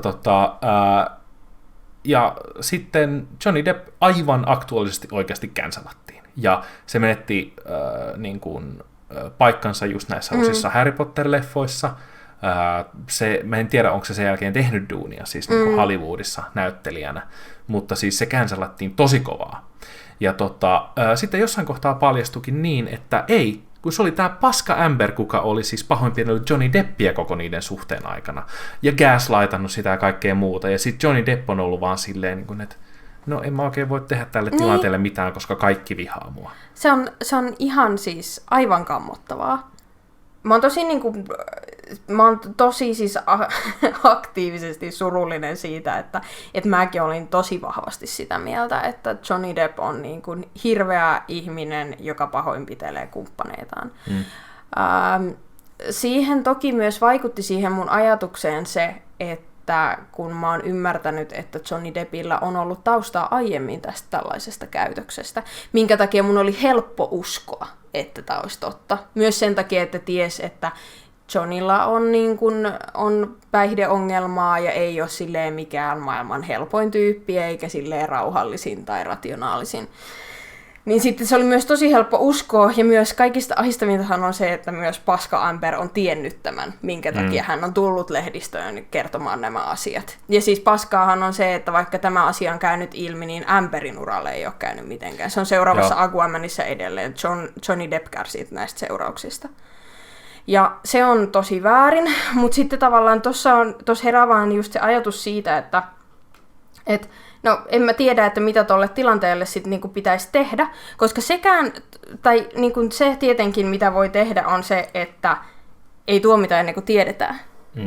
Mutta siinä on ongelma. Siinä on ongelma, ja yksi ongelma on nimenomaan se, että herää se ajatus sit siitä, että tätä voi käyttää nyt sellaisena, tai että tämä on sellainen asia, mistä monet saa keppihevosen silleen, että niin, kyllä naisetkin voi valehella siitä, että niitä niinku hakataan ja raiskataan, että en kyllä usko ennen kuin tiedän. Joo, ja se on mun mielestä hirveä ongelma, varsinkin kun itse on kasvanut, ja itse niin kun uskon tosi paljon siihen, että uhria pitää aina uskoa, koska niin kun se on oikein. Niin on. Ja se on aina siis se on tilastollisesti todennäköisempää, että se uhri puhuu totta. Niin, että tässä oikeasti niin kuin päästään silleen, että tämä totta kai niin kuin oli sellainen, ja siis mä en koita tässä mitenkään olla paholaisen asianajaja tai mitään, vaan mä oon sun kanssa siis samaa mieltä tässä. Mä halusin vaan nostaa tämän aiheen esille, koska tietyllä tapaa, ja niin hirveältä kuin se kuulostaakin, kun mä sanon tämän, niin Johnny Deppin ura on ehkä tarpeellinen uhraus sen eteen, että meidän kulttuuri voi liikkua enemmän siihen suuntaan, että koska 98% kaikista uhreista, tai ketkä niin kuin tulee ulos tällaisten asioiden kanssa, puhuu totta, tämä oli statistiikka, jonka mä luin joskus netistä, niin ehkä se Johnny Deppin ura on vaan sitten se tarpeellinen uhri sillä alttarilla. On, ja siis se on ehkä ainut, mitä me voidaan tehdä. Niin, siis tavallaan kaikista niin kuin paskinta tässä on, että sen lisäksi, että Paska Amber niin kuin tuhos Deppin uran, joka toivottavasti toipuu tästä vielä, niin hän myös siis paskoi kaikkien niiden ihmisten päälle, jotka ovat kokeneet perheväkivaltaa ja tulevat ulos sen asian kanssa. Ja mun mielestä se on tässä niin kuin vielä hirveämpi juttu, koska jokaista Amber ja Johnny keissejä kohtaan on 100 asiaa, missä se on toisinpäin ja siitä vaietaan. Niin, jep.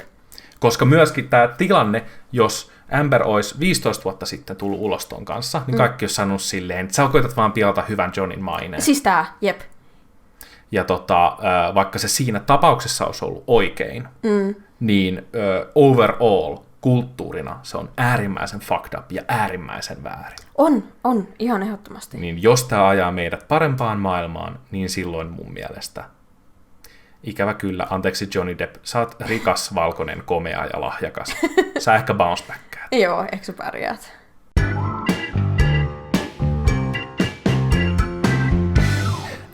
Kun kuulette tämän, niin todennäköisesti on keskiviikko, joka tarkoittaa sitä, että ylihuomenna on uusi vuosi!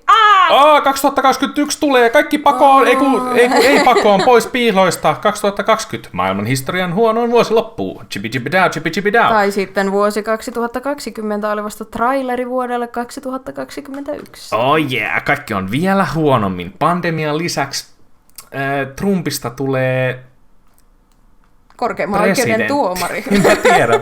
Hetkinen, mä nyt just tajusin silleen, että kyllä asiat on niin kuin ollut tosi huonosti. On joo. Mut suhteessa niin kuin pitkällä aikavälillä. Kyllä, myös. joo. Ja siitä vaikka sanottiin, että tulkaa pois piiloista, niin pysykää silti kotonanne. Joo, siis silleen, että älkää menkää mihinkään bileisiin.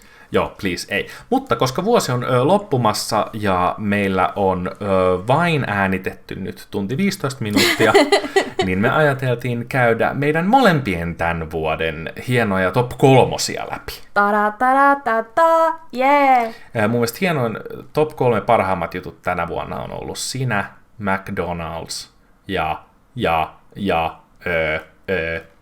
tempparit. Joo. Ihana. Ei, mutta meillä on paljon fiksummat top 3. Ja me voitaisiin vaikka aloittaa näistä nyt, kun tämä meidän podcasti on käytänyt 70% leffoja ja 30% meidän ränttejä, niin aloitetaan meidän molempien top 3 leffoista. Joo. Kyllä, eli tosiaan nämä elokuvat, mitä olen itse laittanut tälle omalle top 3 listalleni, eivät ole elokuvia kaikki, jotka ovat ilmestyneet tänä vuonna, vaan tämä on minun subjektiivinen kokemukseni perustuen siihen, mitä elokuvia olen katsonut tänä vuonna. Joo, mehän ei tosiaan ole mitään elokuva-arvostelijoita per se, vaan olemme siis vaan tällaisia normaaleja perseitä. Niin, ihan tavallisia pyllyröitä. Se oli mun mielestä vuoden paras vitsi. Joo. Muista voitaisiin lopettaa tämä. Joo, no niin, ei me laitetakaan mitään, moikka. Joo, eli tosiaan mun top 3 leffat tänä vuonna. Varmaan aloitetaan silleen, että ensin 3, sitten 2, sitten 1. Joo. 3. suosikkielokuvani tänä vuonna oli... Ei, mä en voi tehdä tätä näin. Joo. Siis mun top 3 elokuvat. 3. oli Charlie Kaufmanin Thinking of Ending Things. Joo, se oli hyvä. Se on todella hyvä. Se on Netflix Original-elokuva, jonka on ohjannut ja käsikirjoittanut mestari Charlie Kaufman. Ei mikään helpoin elokuva, käsittelee halua kuolla, elämän merkityksettömyyttä, ja on kerrottu tosi absurdilla tavalla, niin kuin kaikki Charlie Kaufmanin leffat. Äärimmäisen absurdilla tavalla, mutta se on silti tosi kattomisen arvoinen. Ja sitten suosittelen katsomaan Your Movie Sucksin, joka on siis tällainen YouTubettaja, niin hänen analyysinsä tuosta elokuvasta sen jälkeen, kun olet katsonut sen. Kyllä, koska se on vörtti. Se on hieno. Toinen, tai toiseksi suosikkielokuvani tältä vuodelta on nuoren naisen muotokuva, jonka ranskankielistä nimeä en edes yritä lausua, koska hävettäisi niin paljon. On siis... I Portrait de la jeune fille en feu. Joo, just se. Niin, se kertoo, tämä sijoittuu jonnekin 1700-luvun Ranskaan, missä on tällainen nainen, joka on taidemaalari, ja hänen kuuluu maalata naimakauppoja varten kuva toisesta naisesta, joka ei kuitenkaan haluaisi poseerata kuvassa. Ei haluaisi, että hänestä tehdään muotokuva, joten tämä on peitetehtävä. Tietenkin tässä sitten käy niin, että kun tämä taidemaalari päähenkilömme tarkkailee tätä ihastuttavaa naista, niin sehän perkeleen rakastuu siihen. Ja ne rakastuu toisiinsa. Oh no. 1700-luvun. Naiset toisiinsa. Niin. Oh no. Mun ystäväni Oskari kutsui tätä elokuvaa siis Hamelespo-elokuvaksi, mikä mun mielestä on ihan täydellinen nimi tälle. Ja tää on aivan upea. Mä en ole mikään pukudraamojen ystävä. Tai muutenkaan tykkää epokeista hirveästi, mutta voi luoja, tää on niin hieno. Alright, mulla on tästä omalla listalla sanottavaa, niin mä säästän ne sinne. Selvä. Ja sitten vuoden paras elokuva mielestäni, jonka olen tänä vuonna nähnyt, oli viime jaksossakin käsitelty The Lighthouse. Se oli siis se, missä ollaan Majakkasaarella ja runkataan. Minä tykkäsin siitä tosi paljon. Se oli se majakkarunkkausleffa. Joo. Mona tykkäsi. Nice, Robert Pattinson, I love you. Olet varmaan ihan vitun ongelmallinen myös, mutta ei se mitään. Joo, Lighthouse oli kans tosi hyvä. Mulla on siis, niin kuin mulla toi Thinking of Ending Things ja Lighthouse molemmat oli mun top 5, mutta just joutui top 3 ulkopuolelle. Eli puhutaan aika samantyylisestä elokuvamausta meille. Mun top 3 alkaa 3. sellaisella elokuvalla kuin Seurapeli. Ja Seurapeli on siis suomalainen elokuva, joka on mulle siis niin kuin aivan käsittämätöntä, että mä tykkään suomalaisesta elokuvasta, koska mulla on vuosia ollut sellainen ajatus, että mä tykkään tosi paljon leffasta. Katsot suomalaisia leffoja? No hyi, ne on ihan surkeita. Ja sitten mä kävin katsoa leffateattereissa sellaisen elokuvan kuin Kaikki oikein. Ja se vahvisti mun kaikki epäilykset siitä, että suomalaiset elokuvat on aivan surkeita. Mutta sitten onneksi tämä ihana henkilö tässä näin minulle sanoi, että minä täältä pilveltä osoitan eteen sormellani sinua nenään ja tutustutaan sinut hyvin suomalaisiin elokuviin. Kyllä, se on tehtäväni suomalaisena TV-käsikirjoittajana. Kyllä, ja käytiin sitten katsomassa Jenni Toivoniemen ohjaama ja käsikirjoittama draamakomedia nimeltä Seurapeli, ja se räjäytti mun nännit täysin pois mun rintakudoksesta. Aivan erinomainen. Seurapeli oli aivan törkeen hauska. Siinä oli aivan mielettömän sellaista niin kuin, herkkää ihmissuhdedraamaa ja sellaista, niin kuin, että se ei ollut vaan valmiiksi pureskeltua, vaan sun piti tulkita. Ja se leffa ylipäätänsä, siinä oli paljon sellaista, että hei, tässä kerrotaan elokuvan keinoin tarinaa. Se oli tosi hieno. Nautin täysin 100%. Ja siis haluan vaan siis Seurapelistä sanoa sen, että siinä on siis kaikkien aikojen paras kotimainen dialogi. Se on aivan käsittämättömän hyvä se dialogi. Ja jos olette katsonut suomalaisia elokuvia, niin tiedätte, että tosi usein suomalaisissa elokuvissa puhutaan sellaista niin kuin puolikirjakieltä. Antaisitko minulle tuon kaljan? Niin, mikä tuntuu todella epäluonnolliselta, mutta tässä ei ole sitä ongelmaa. Tämä on aivan todella hyvin kirjoitettu. Ja rakastin myös. Mun ja 1 ja 2 välillä oli tosi vaikea päättää. Se oli aivan älyttömän vaikea päättää. Mä pidän toista parempana elokuvana, mutta mä tykkään toisesta enemmän. Ja loppujen lopuksi mä päädyin sitten 1 laittamaan sen, mistä mä tykkään enemmän. Eli 2 on parempi elokuva, ja se on Bong Joon-hon Parasite. Kyllä. Se on vaan niin hyvä elokuva. Mä näin sen tosiaan eka kertaa itse. Tänä vuonna käytiin katsomassa se teattereissa sun kanssa. Ja sä näit sen ensimmäisen kerran viime vuonna. Joo, mä katsoin sen tietokoneeltani 2019 joulukuussa. Joo. Seurustelin rikollisen kanssa. Smooth Criminal. Fobba. Joo. Etin netistä hänen nimi ja puhelinnumero. Parasite tosiaan on kertoo, tai se on tällainen, niin me käsiteltiin siinä meidän ekan podcastissa Bong Joon-hon toinen elokuva, tai tätä edeltävä elokuva, muistaakseni. Eikö siinä taitaa olla yksi leffa välissä vielä, mutta sellainen elokuva kuin Snowpiercer, ja tämä tosi selkeästi on niin kuin Snowpiercerin tavallaan tällainen niin kuin henkinen jatko-osa.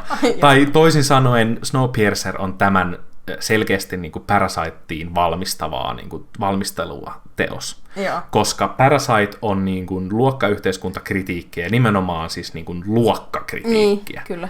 Niin aivan siis silleen steroidikankussa ja niin kuin asteella 10. Ja se on niin hyvin lähellä täydellistä elokuvaa. Ja se on mä annoin sille 4,5 tähteä, ja se on hyvin vahva ehdokas siihen, että se on yksi mun seuraavista, mitkä mä nostan aina 5 tähteen.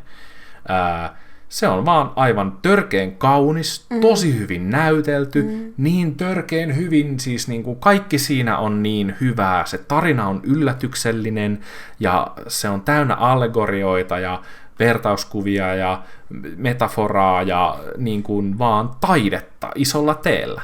Kyllä, Parasite on todella hieno. Oli minun viime vuoden listassani ykkösenä. Joo. Ja ykkösenä minulle jäi Nuoren naisen muotokuva. Eikä! Kyllä.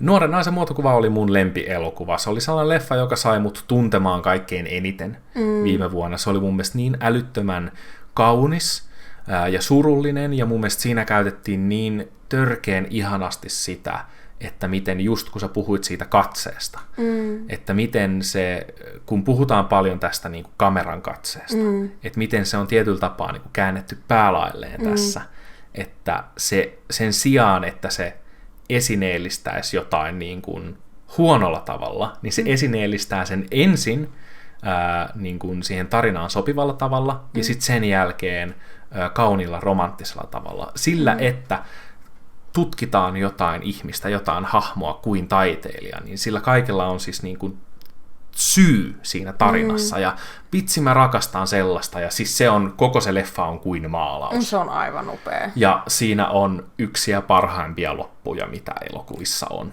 ollut pitkään aikaan. Se on huikea, vakuuttava ja järisyttävä. Kyllä, katsokaa se, jos ette ole vielä nähneet Hameen lesboja. Niin, sitten me, koska ollaan elokuva-ihmisiä, niin olemme myös sarja-ihmisiä. Yleensä liikkuvat käsi kädessä. Kyllä, ja sitten sen takia puhummekin seuraavaksi meidän top 3 sarjoistamme. Ja heti aluksi haluan sanoa, että olen saanut todella paljon painostusta tästä aiheesta omassa somessani, ja siksi julistan, että Musta kuningatar ei tule olemaan tällä listalla. Minä en ole vieläkään katsonut Netflixin kaikkien aikojen suosituinta sarjaa, eli Mustaa kuningatarta on. Vittu. En ole katsonut sitä kokonaan. Olen katsonut 2 jaksoa, joten en muodosta lopullista mielipidettäni vielä. Mutta olen sitä mieltä, että se on ihan äärimmäisen keskinkertainen, ja siitä ei voi puhua edes samana päivänä, mitä näistä sarjoista, mitä minun tässä top 3 listallani on. Samaa mieltä. Mutta voi yllättää, en tiedä. Jännä nähdä. Niin, mun 3. tällä listalla on anime. Se on myös Netflix Original. Se on Devilman Crybaby. Se oli tosi hyvä. Joo, se siis on... Miten hän sitä kuvailisi, sitä sarjaa? Se on todella kiinnostavalla ja poikkeuksellisella tavalla animoitu anime, jossa on ihan superbangeri soundtrack. Se on sellainen niin kuin huumetrippaileva demoni niin kuin meininki.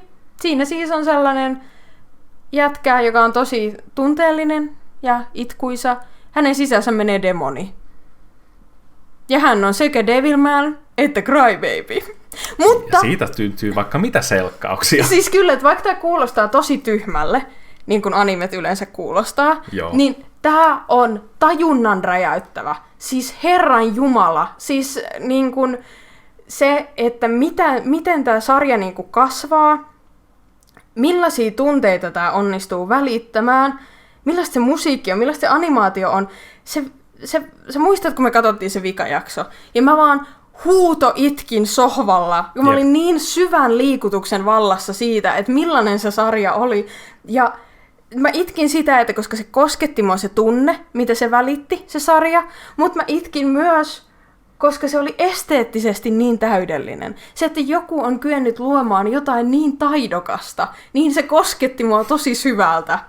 Se on aivan käsittämättömän hyvä sarja. Herran Jumala, kattokaa se, vaikka ette kattoisi animea. Joo, mä voin myös kompata, että se oli hyvä. Mä en ihan samalla tavalla saanut siitä kiksejä kuin Oona, mutta voin sanoa, että oli hyvä. Niin, mulla on siis tässä sarjalistauksella sitten toisella sijalla I May Destroy You, joka on HBOn sarja, jonka takana käsikirjoittajana, ohjaajana, pääosan esittäjänä ja tämä sarja perustuu ilmeisesti myös hänen elämäänsä on Michaela Cole, joka siis on ehkäpä lupaavimpia komedienneja tai koomikkoja, joita maailmassa on tällä hetkellä. Tämä on ihan käsittämättömän hyvä sarja.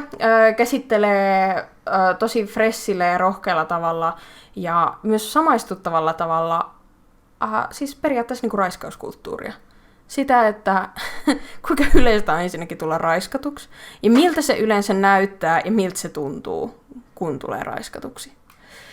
Ja tämä on sarja, jota on hyvin vaikea kuvailla, muuta kuin vaan siten, että aiheestaan huolimatta todella hauska, äärimmäisen koskettava, tosi kiinnostava ja ennen kaikkea oivaltava. Tässä on niinku siis ehkä tämän vuoden siis tarkimmat havainnot maailmasta mun mielestä. Ja suosittelen tätä äärimmäisen paljon, jos ette ole vielä katsoneet. HBOsta löytyy I May Destroy You. Ja ennen kuin sä menet tuohon seuraavaan, niin mä haluaisin ehdottaa, että käsitellään meidän molempien ykköset, koska mä oon aika varma, että meidän molempien ykkönen on sama. Se voi hyvin olla. Tai siis mä tiedän, että se on meidän molempien ykkönen on sama, niin käsitellään samaan aikaan. Tehdään niin. Okei, jos mä käsittelen sillä aikaa, heitän nopeasti kuule tähän mun 3. ja 2. 3. minultakin löytyy anime. What? Meillä oli kesällä tuolla niin kuin anime-vaihe, me oltiin vaan silleen, että nyt ruvetaan katsoa animea, saatana. Meillä oli kaikki anime-striimauspalvelut. Ja... Jep. Se oli villi. Me oli kaikki anime-striimauspalvelut niin siis yhdessä kohtaa. Mutta siis me aloitettiin se sellaisella, mikä löytyy, ekat 2 kautta löytyy nyt Netflixistä, sellainen kuin Food Wars, joka siis kertoo tällaisesta siis se on niinku super tällainen perus, että siis nuorten poikien anime, mutta se on vaan niin törkeen wholesome. Se siis kertoo tällaisesta nuoresta Jannusta, joka lähtee kokkikouluun, ja sitten se kokkikoulu onkin niinku, en mä tiedä, musta niinku välillä tuntuu siltä, että se on maailman rikkain entiteetti. Kyllä. Ja sitten, että sinne on niinku yhdelle vuosikurssille on tullut 10 000 oppilasta. Joo, se on ihan siis käsittämätöntä. Niin jotenkin se skaala siinä on ihan älytön ja miten niin kuin kokkaus on. Mut siinä selkeästi tämän mangan niin kuin tekijä on rakastanut ruokaa. Rakastanut sitä niin paljon, että hän kuvailee syömisen aina orgasmina. On. Joka ei myöskään yllätä, että siis tämä alkuperäisen mangan taiteilija on siis hentai-piirtäjä. Joo, kyllä. Ja jos joku ei tiedä, niin hentai siis on niin kuin anime-porno. Anime-porno, yeah! Mutta joo, se on tosi hyvä, tosi wholesome, ihan siis puhasta roskaa. Joo, siis mutta siis todella äärimmäisen koukuttava ja niin, tämä on ihan, Food Wars on ihan äärimmäisen koukuttava, tosi wholesome, tosi viihdyttävää, katsottavaa. Se on niinku Pringles. Niin siis tavallaan niinku, ja sit se on niinku Pokemon-otteluita, mut silleen ruualla. Joo, kyllä. Jos tykkäät Pokemonista ja ruuasta, niin tykkäisit varmaan tästä. Ja se toka kausi on ehkä heikoin siitä, koska se kaikki kohdistuu vaan siihen niinku yhteen tilaan, mutta taas 3. ja 4. kausi on taas sit tosi hyviä. Jep. Ja sarjasta on joku 6 kautta tullut. Me katsottiin niitä 4, koska 4. kausi päättyy täydellisesti. Niin. Sen jälkeen ei ole tarvinnut tehdä enää mitään, joten meille henkilökohtaisesti Food Wars loppui 4. kauden viimeisen jakson. Se oli hyvä sarja. Kyllä. Toisena mulla on Rafael Bob Waxberg, joka on tällainen mieskäsikirjoittaja ja mies koomikko ainakin myös. Hänen ja... Mun pitää ottaa toi uusiksi. Joo, mutta musta on tosi hauskaa, että sä sanot sitä mieskoomikoksi, koska mua ärsyttää, että mä kutsun tuosta Mikael Coeli siis niin kuin komedienneksi, ja mun mielestä on hauskaa, jos sä puhut hänestä mieskäsikirjoittajana ja mieskoomikona. Mun toisena entrynä tähän mun top 3 sarjaan tänä vuonna on tällaisen mieskäsikirjoittaja ja koomikon Rafael Bob Waxbergin sekä käsikirjoittaja Kate Purdyn luoma Undone. Ja tää on kuulkaa sellainen veikeä. Meillä saattaa olla muuta sanottamaa Rafael Bob Waksbergin tuotannoista myöhemmin tänään, tai ehkä myöhemmin tällä kanavalla myös. Foreshadowing! Mutta Undone on Amazon Original-sarja. Se on hassua, mä en ole ennen nähnyt yhtään Amazon Original-sarjaa. Joo. Ja tää oli ensimmäinen, ja tää oli aika silleen rock on vitun hyvä. Joo. Undone siis kertoo tällaisesta siis nuoresta naisesta nimeltä Alma, kellä on, niin kuin, kuka joutuu tällaiseen auto-onnettomuuteen. Ja sitten hänellä niin kuin menee aivot siitä jotenkin rikki, ja sitten se alkaa näkemään vähän tällaisia erikoisia näkyjä. Mä en halua sen enempää niin kuin ehkä tästä alkaa paljastaa, mutta tässä käsitellään tosi paljon mielisairautta ja periytyvää mielisairautta ja sukua ja tavallaan tällaista niin kuin sukurasitetta, ihmissuhteita ylipäätänsä, niin kuin, mahdollistamista tai tällaista niin kuin enablausta.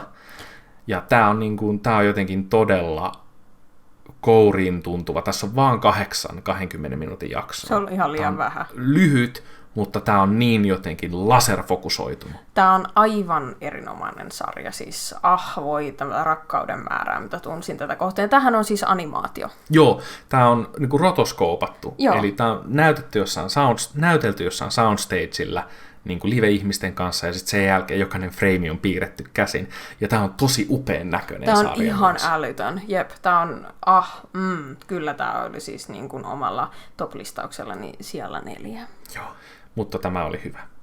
Ja siitä päästäänkin meidän molempien ykkössarja tänä vuonna. No periaatteessa se loppui tänä vuonna, joten niin. me pystytään laskemaan se siihen ihan vaan, koska me halutaan puhua siitä. Niin, kyllä.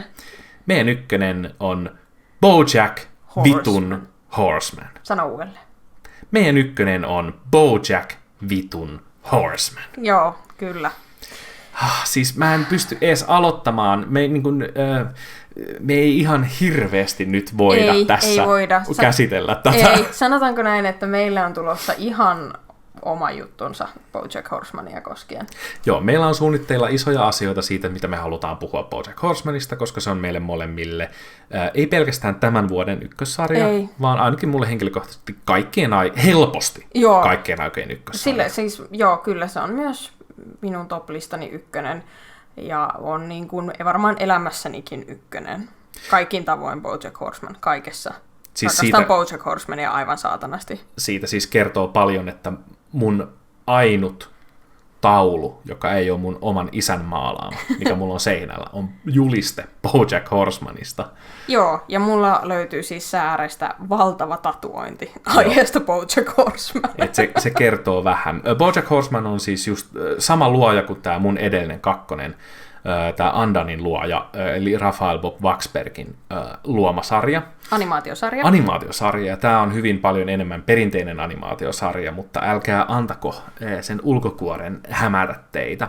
Ja se on täydellinen sarja. Siis toki sen eka kausi on, niin kuin ekan kauden eka puolisko on vähän keskeneräinen, koska se eka kausi tehtiin tosi lyhyessä ajassa, jos vertaa niihin muihin kausiin. Mutta se eka kausi on silti aivan loistava, ja se tuppaa kaiken, mitä sun tarvii tietää siitä sarjasta.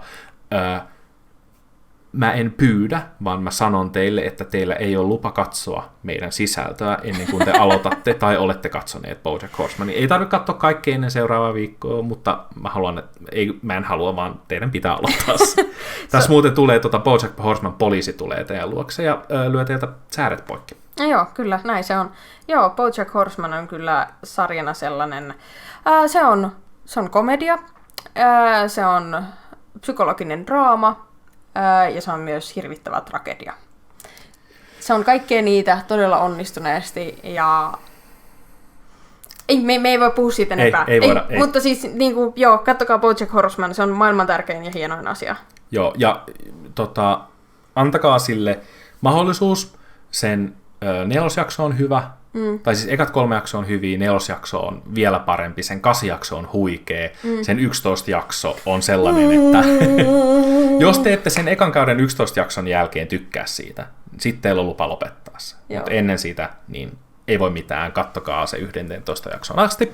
Paljon mieluummin kuulkaa kuin se Musta kuningatar. Et jos mietitte, että alanko katsoa Mustaa kuningatarta vai BoJack Horsemania, niin katsokaa BoJack Horseman mieluummin. Joo, please.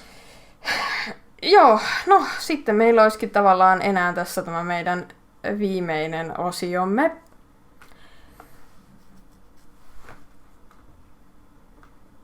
Okay.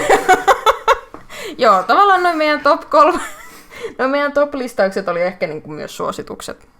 Ja sen takia siirrymme nyt tähän viimeiseen osioomme tässä meidän järkyttävän pitkässä jaksossamme, elikkä kysymyksiä. Yeah! Meiltä kysyttiin tuolla YouTuben puolella, että millaista musiikkia me kuunnellaan. Millaista musiikkia sä kuuntelet, Ooda?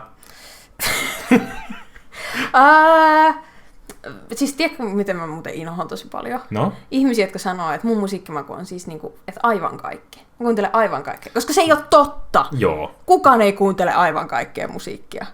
Mutta siis, mitähän mä nyt kuuntelisin? Mä oon enemmän sellainen ihminen, että mä kuuntelen niin kuin enemmän biisejä kuin bändejä.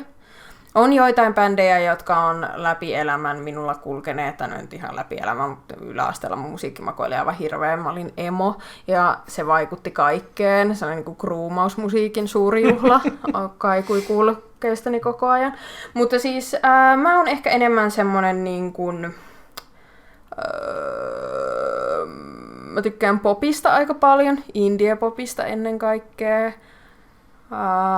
Aika mun toimii hyvin nainen ja kitara, nainen ja konesoundit, korkeat naisäänet. Oikeastaan mä tykkään naisista. Mun musiikkimaku on naiset. Se on vähän niin kuin mun seksuaalisuus on kaikki muut kuin paitsi miehet. niin siis joo. Just tälleen joo. Mun on tosi vaikea puhua mun musiikkimausta. Tai mä en osaa selittää sitä, mutta siis... No anna vaikka nyt yksi biisi, mikä soi sulla tällä hetkellä repeatillä. Ja etsin epätoivoisena mun puhelinta ja mietin, että mikähän mulla soisi itse asiassa repeatillä, koska mä en tiedä. No siis, mutta sanotaanko niin, että no viime aikoina mä oon kuunnellut aika paljon niin kuin vaikka Shit Kidia. Mä oon taas innostunut Death Gripsistä uudelleen. Ja sit mä kuuntelen... mitähän muuta? Mä oon tosi huono puhumaan musiikista. Ei sun Spotify ei auta mua tässä. En mä koittanut kauttaa sua vaan itse. Ai jaa, okei. Okay. No mutta siis mun musiikkimaku on naiset ja Death Grips. All right. Mun mielestä paras niin kuin musiikkityyli on pop-punk. Ei ole mitään parempaa musatyyliä kuin se. Blink-182 on maailman historian hienoimpia bändejä. Nautin siitä tosi paljon. Kaikista muistakin pop-punkista. Joo, mutta mä oon oikeastaan sellainen, että mä kuuntelen oikeastaan kaikkea. Ei.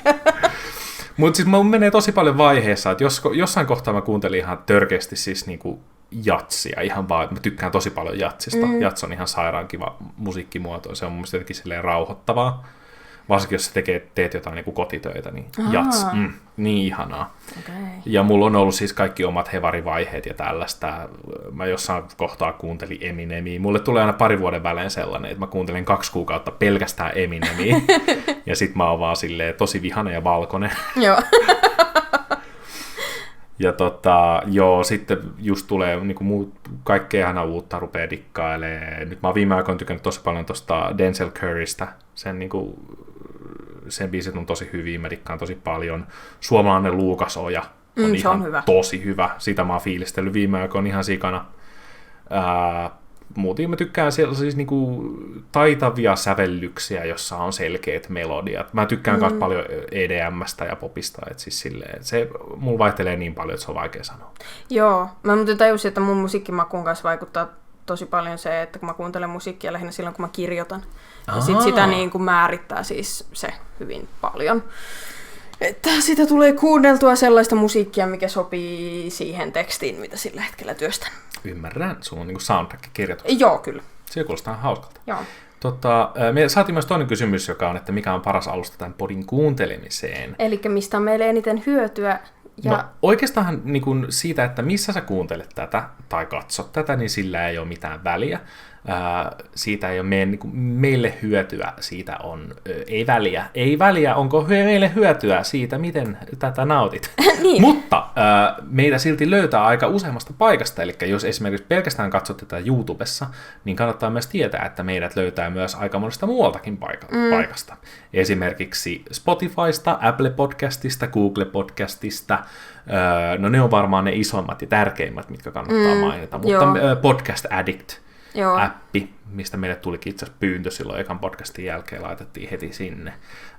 Jos haluatte tietää, että mistä kaikkialta meitä löytää, niin meidän tällainen korepaikka, meidän kotimme on YouTube-kanavamme, josta tämänkin voi esimerkiksi katsoa meidän naamat ja esimerkit kaikesta, mistä me puhutaan. Kyllä.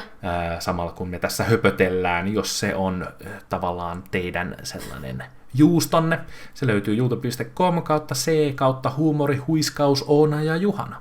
Kyllä. Ei kun Oona Juhana, anteeksi. Niin, joo. Ja sitten tosiaan, jos ette ole vielä ottaneet seurantaan, niin olemme myös Instagramissa nykyään käyttäjän nimellä Huiscast. Löytyy, se on nimenomaan meidän podcastimme Instagram. Jos tykkäätte sisällöstämme, niin menkää seuraamaan. Sinne me postaillaan varmaan vähän milloin mitäkin, mutta erityisesti aina kun tulee uusi jakso, niin siitä ilmoitetaan siellä. Ja sitten sinne postataan myös kaikki niin kuin lähdeluettelot, että mistä löydätte nämä asiat, mistä olemme missäkin jaksossa puhuneet ja muuta. Saanko mä laittaa sinne tyhmiä meemejä? Saat. Siellä on myös Juhanan tyhmiä meemejä. Mä laitan sen kaikki mun tyhmimmät. Joo, laita vaan, ei haittaa yhtään. Hyvä. Joo. Ja se on myös ehkä tavallaan paras keino ottaa meihin yhteyttä. Joo, ehdottomasti. Ihan tiedoksi vain, jos joku haluaa vaikka antaa meille rahaa tai jotain, niin kansi laittaa Ei me haluta rahaa. Minä haluan rahaa, mulla ei ole paljon rahaa. Hei, siinä pääsit tänne. Onneksi Mahtava, olkoon. onneksi olkoon. Jee! Tämä on sinulle. Jee! Tämä oli kuule tällainen maratonijakso. Joo, kyllä. Meidän piti äänittää joku tunti, mutta me ollaan nyt äänitetty. Mä katon vielä tästä samalla, kun me ollaan nyt tunti 51 minuuttia äänitetty. Ai vittu, mä tuun vihaa tän editoimista. Mä tuun vihaamaan tän kuuntelemista. Yes. Hei, siis oikeasti ihan sikakiva, että pääsit tänne asti. Kiitos tosi paljon. Jos haluat, niin voit laittaa kuule tämän kanavan seurantaan, koska se on siitä meille hyötyä paljon. Siitä voi myös laittaa seurantaa esimerkiksi Spotifyssa, siitäkin on meille hyötyä. Joo. Kiitos tosi paljon tästä. Me näemme ensi kerralla. Elikkä siihen asti, hei! Sun! Heilu! Villes! Joo! Guys! Bye! Bye!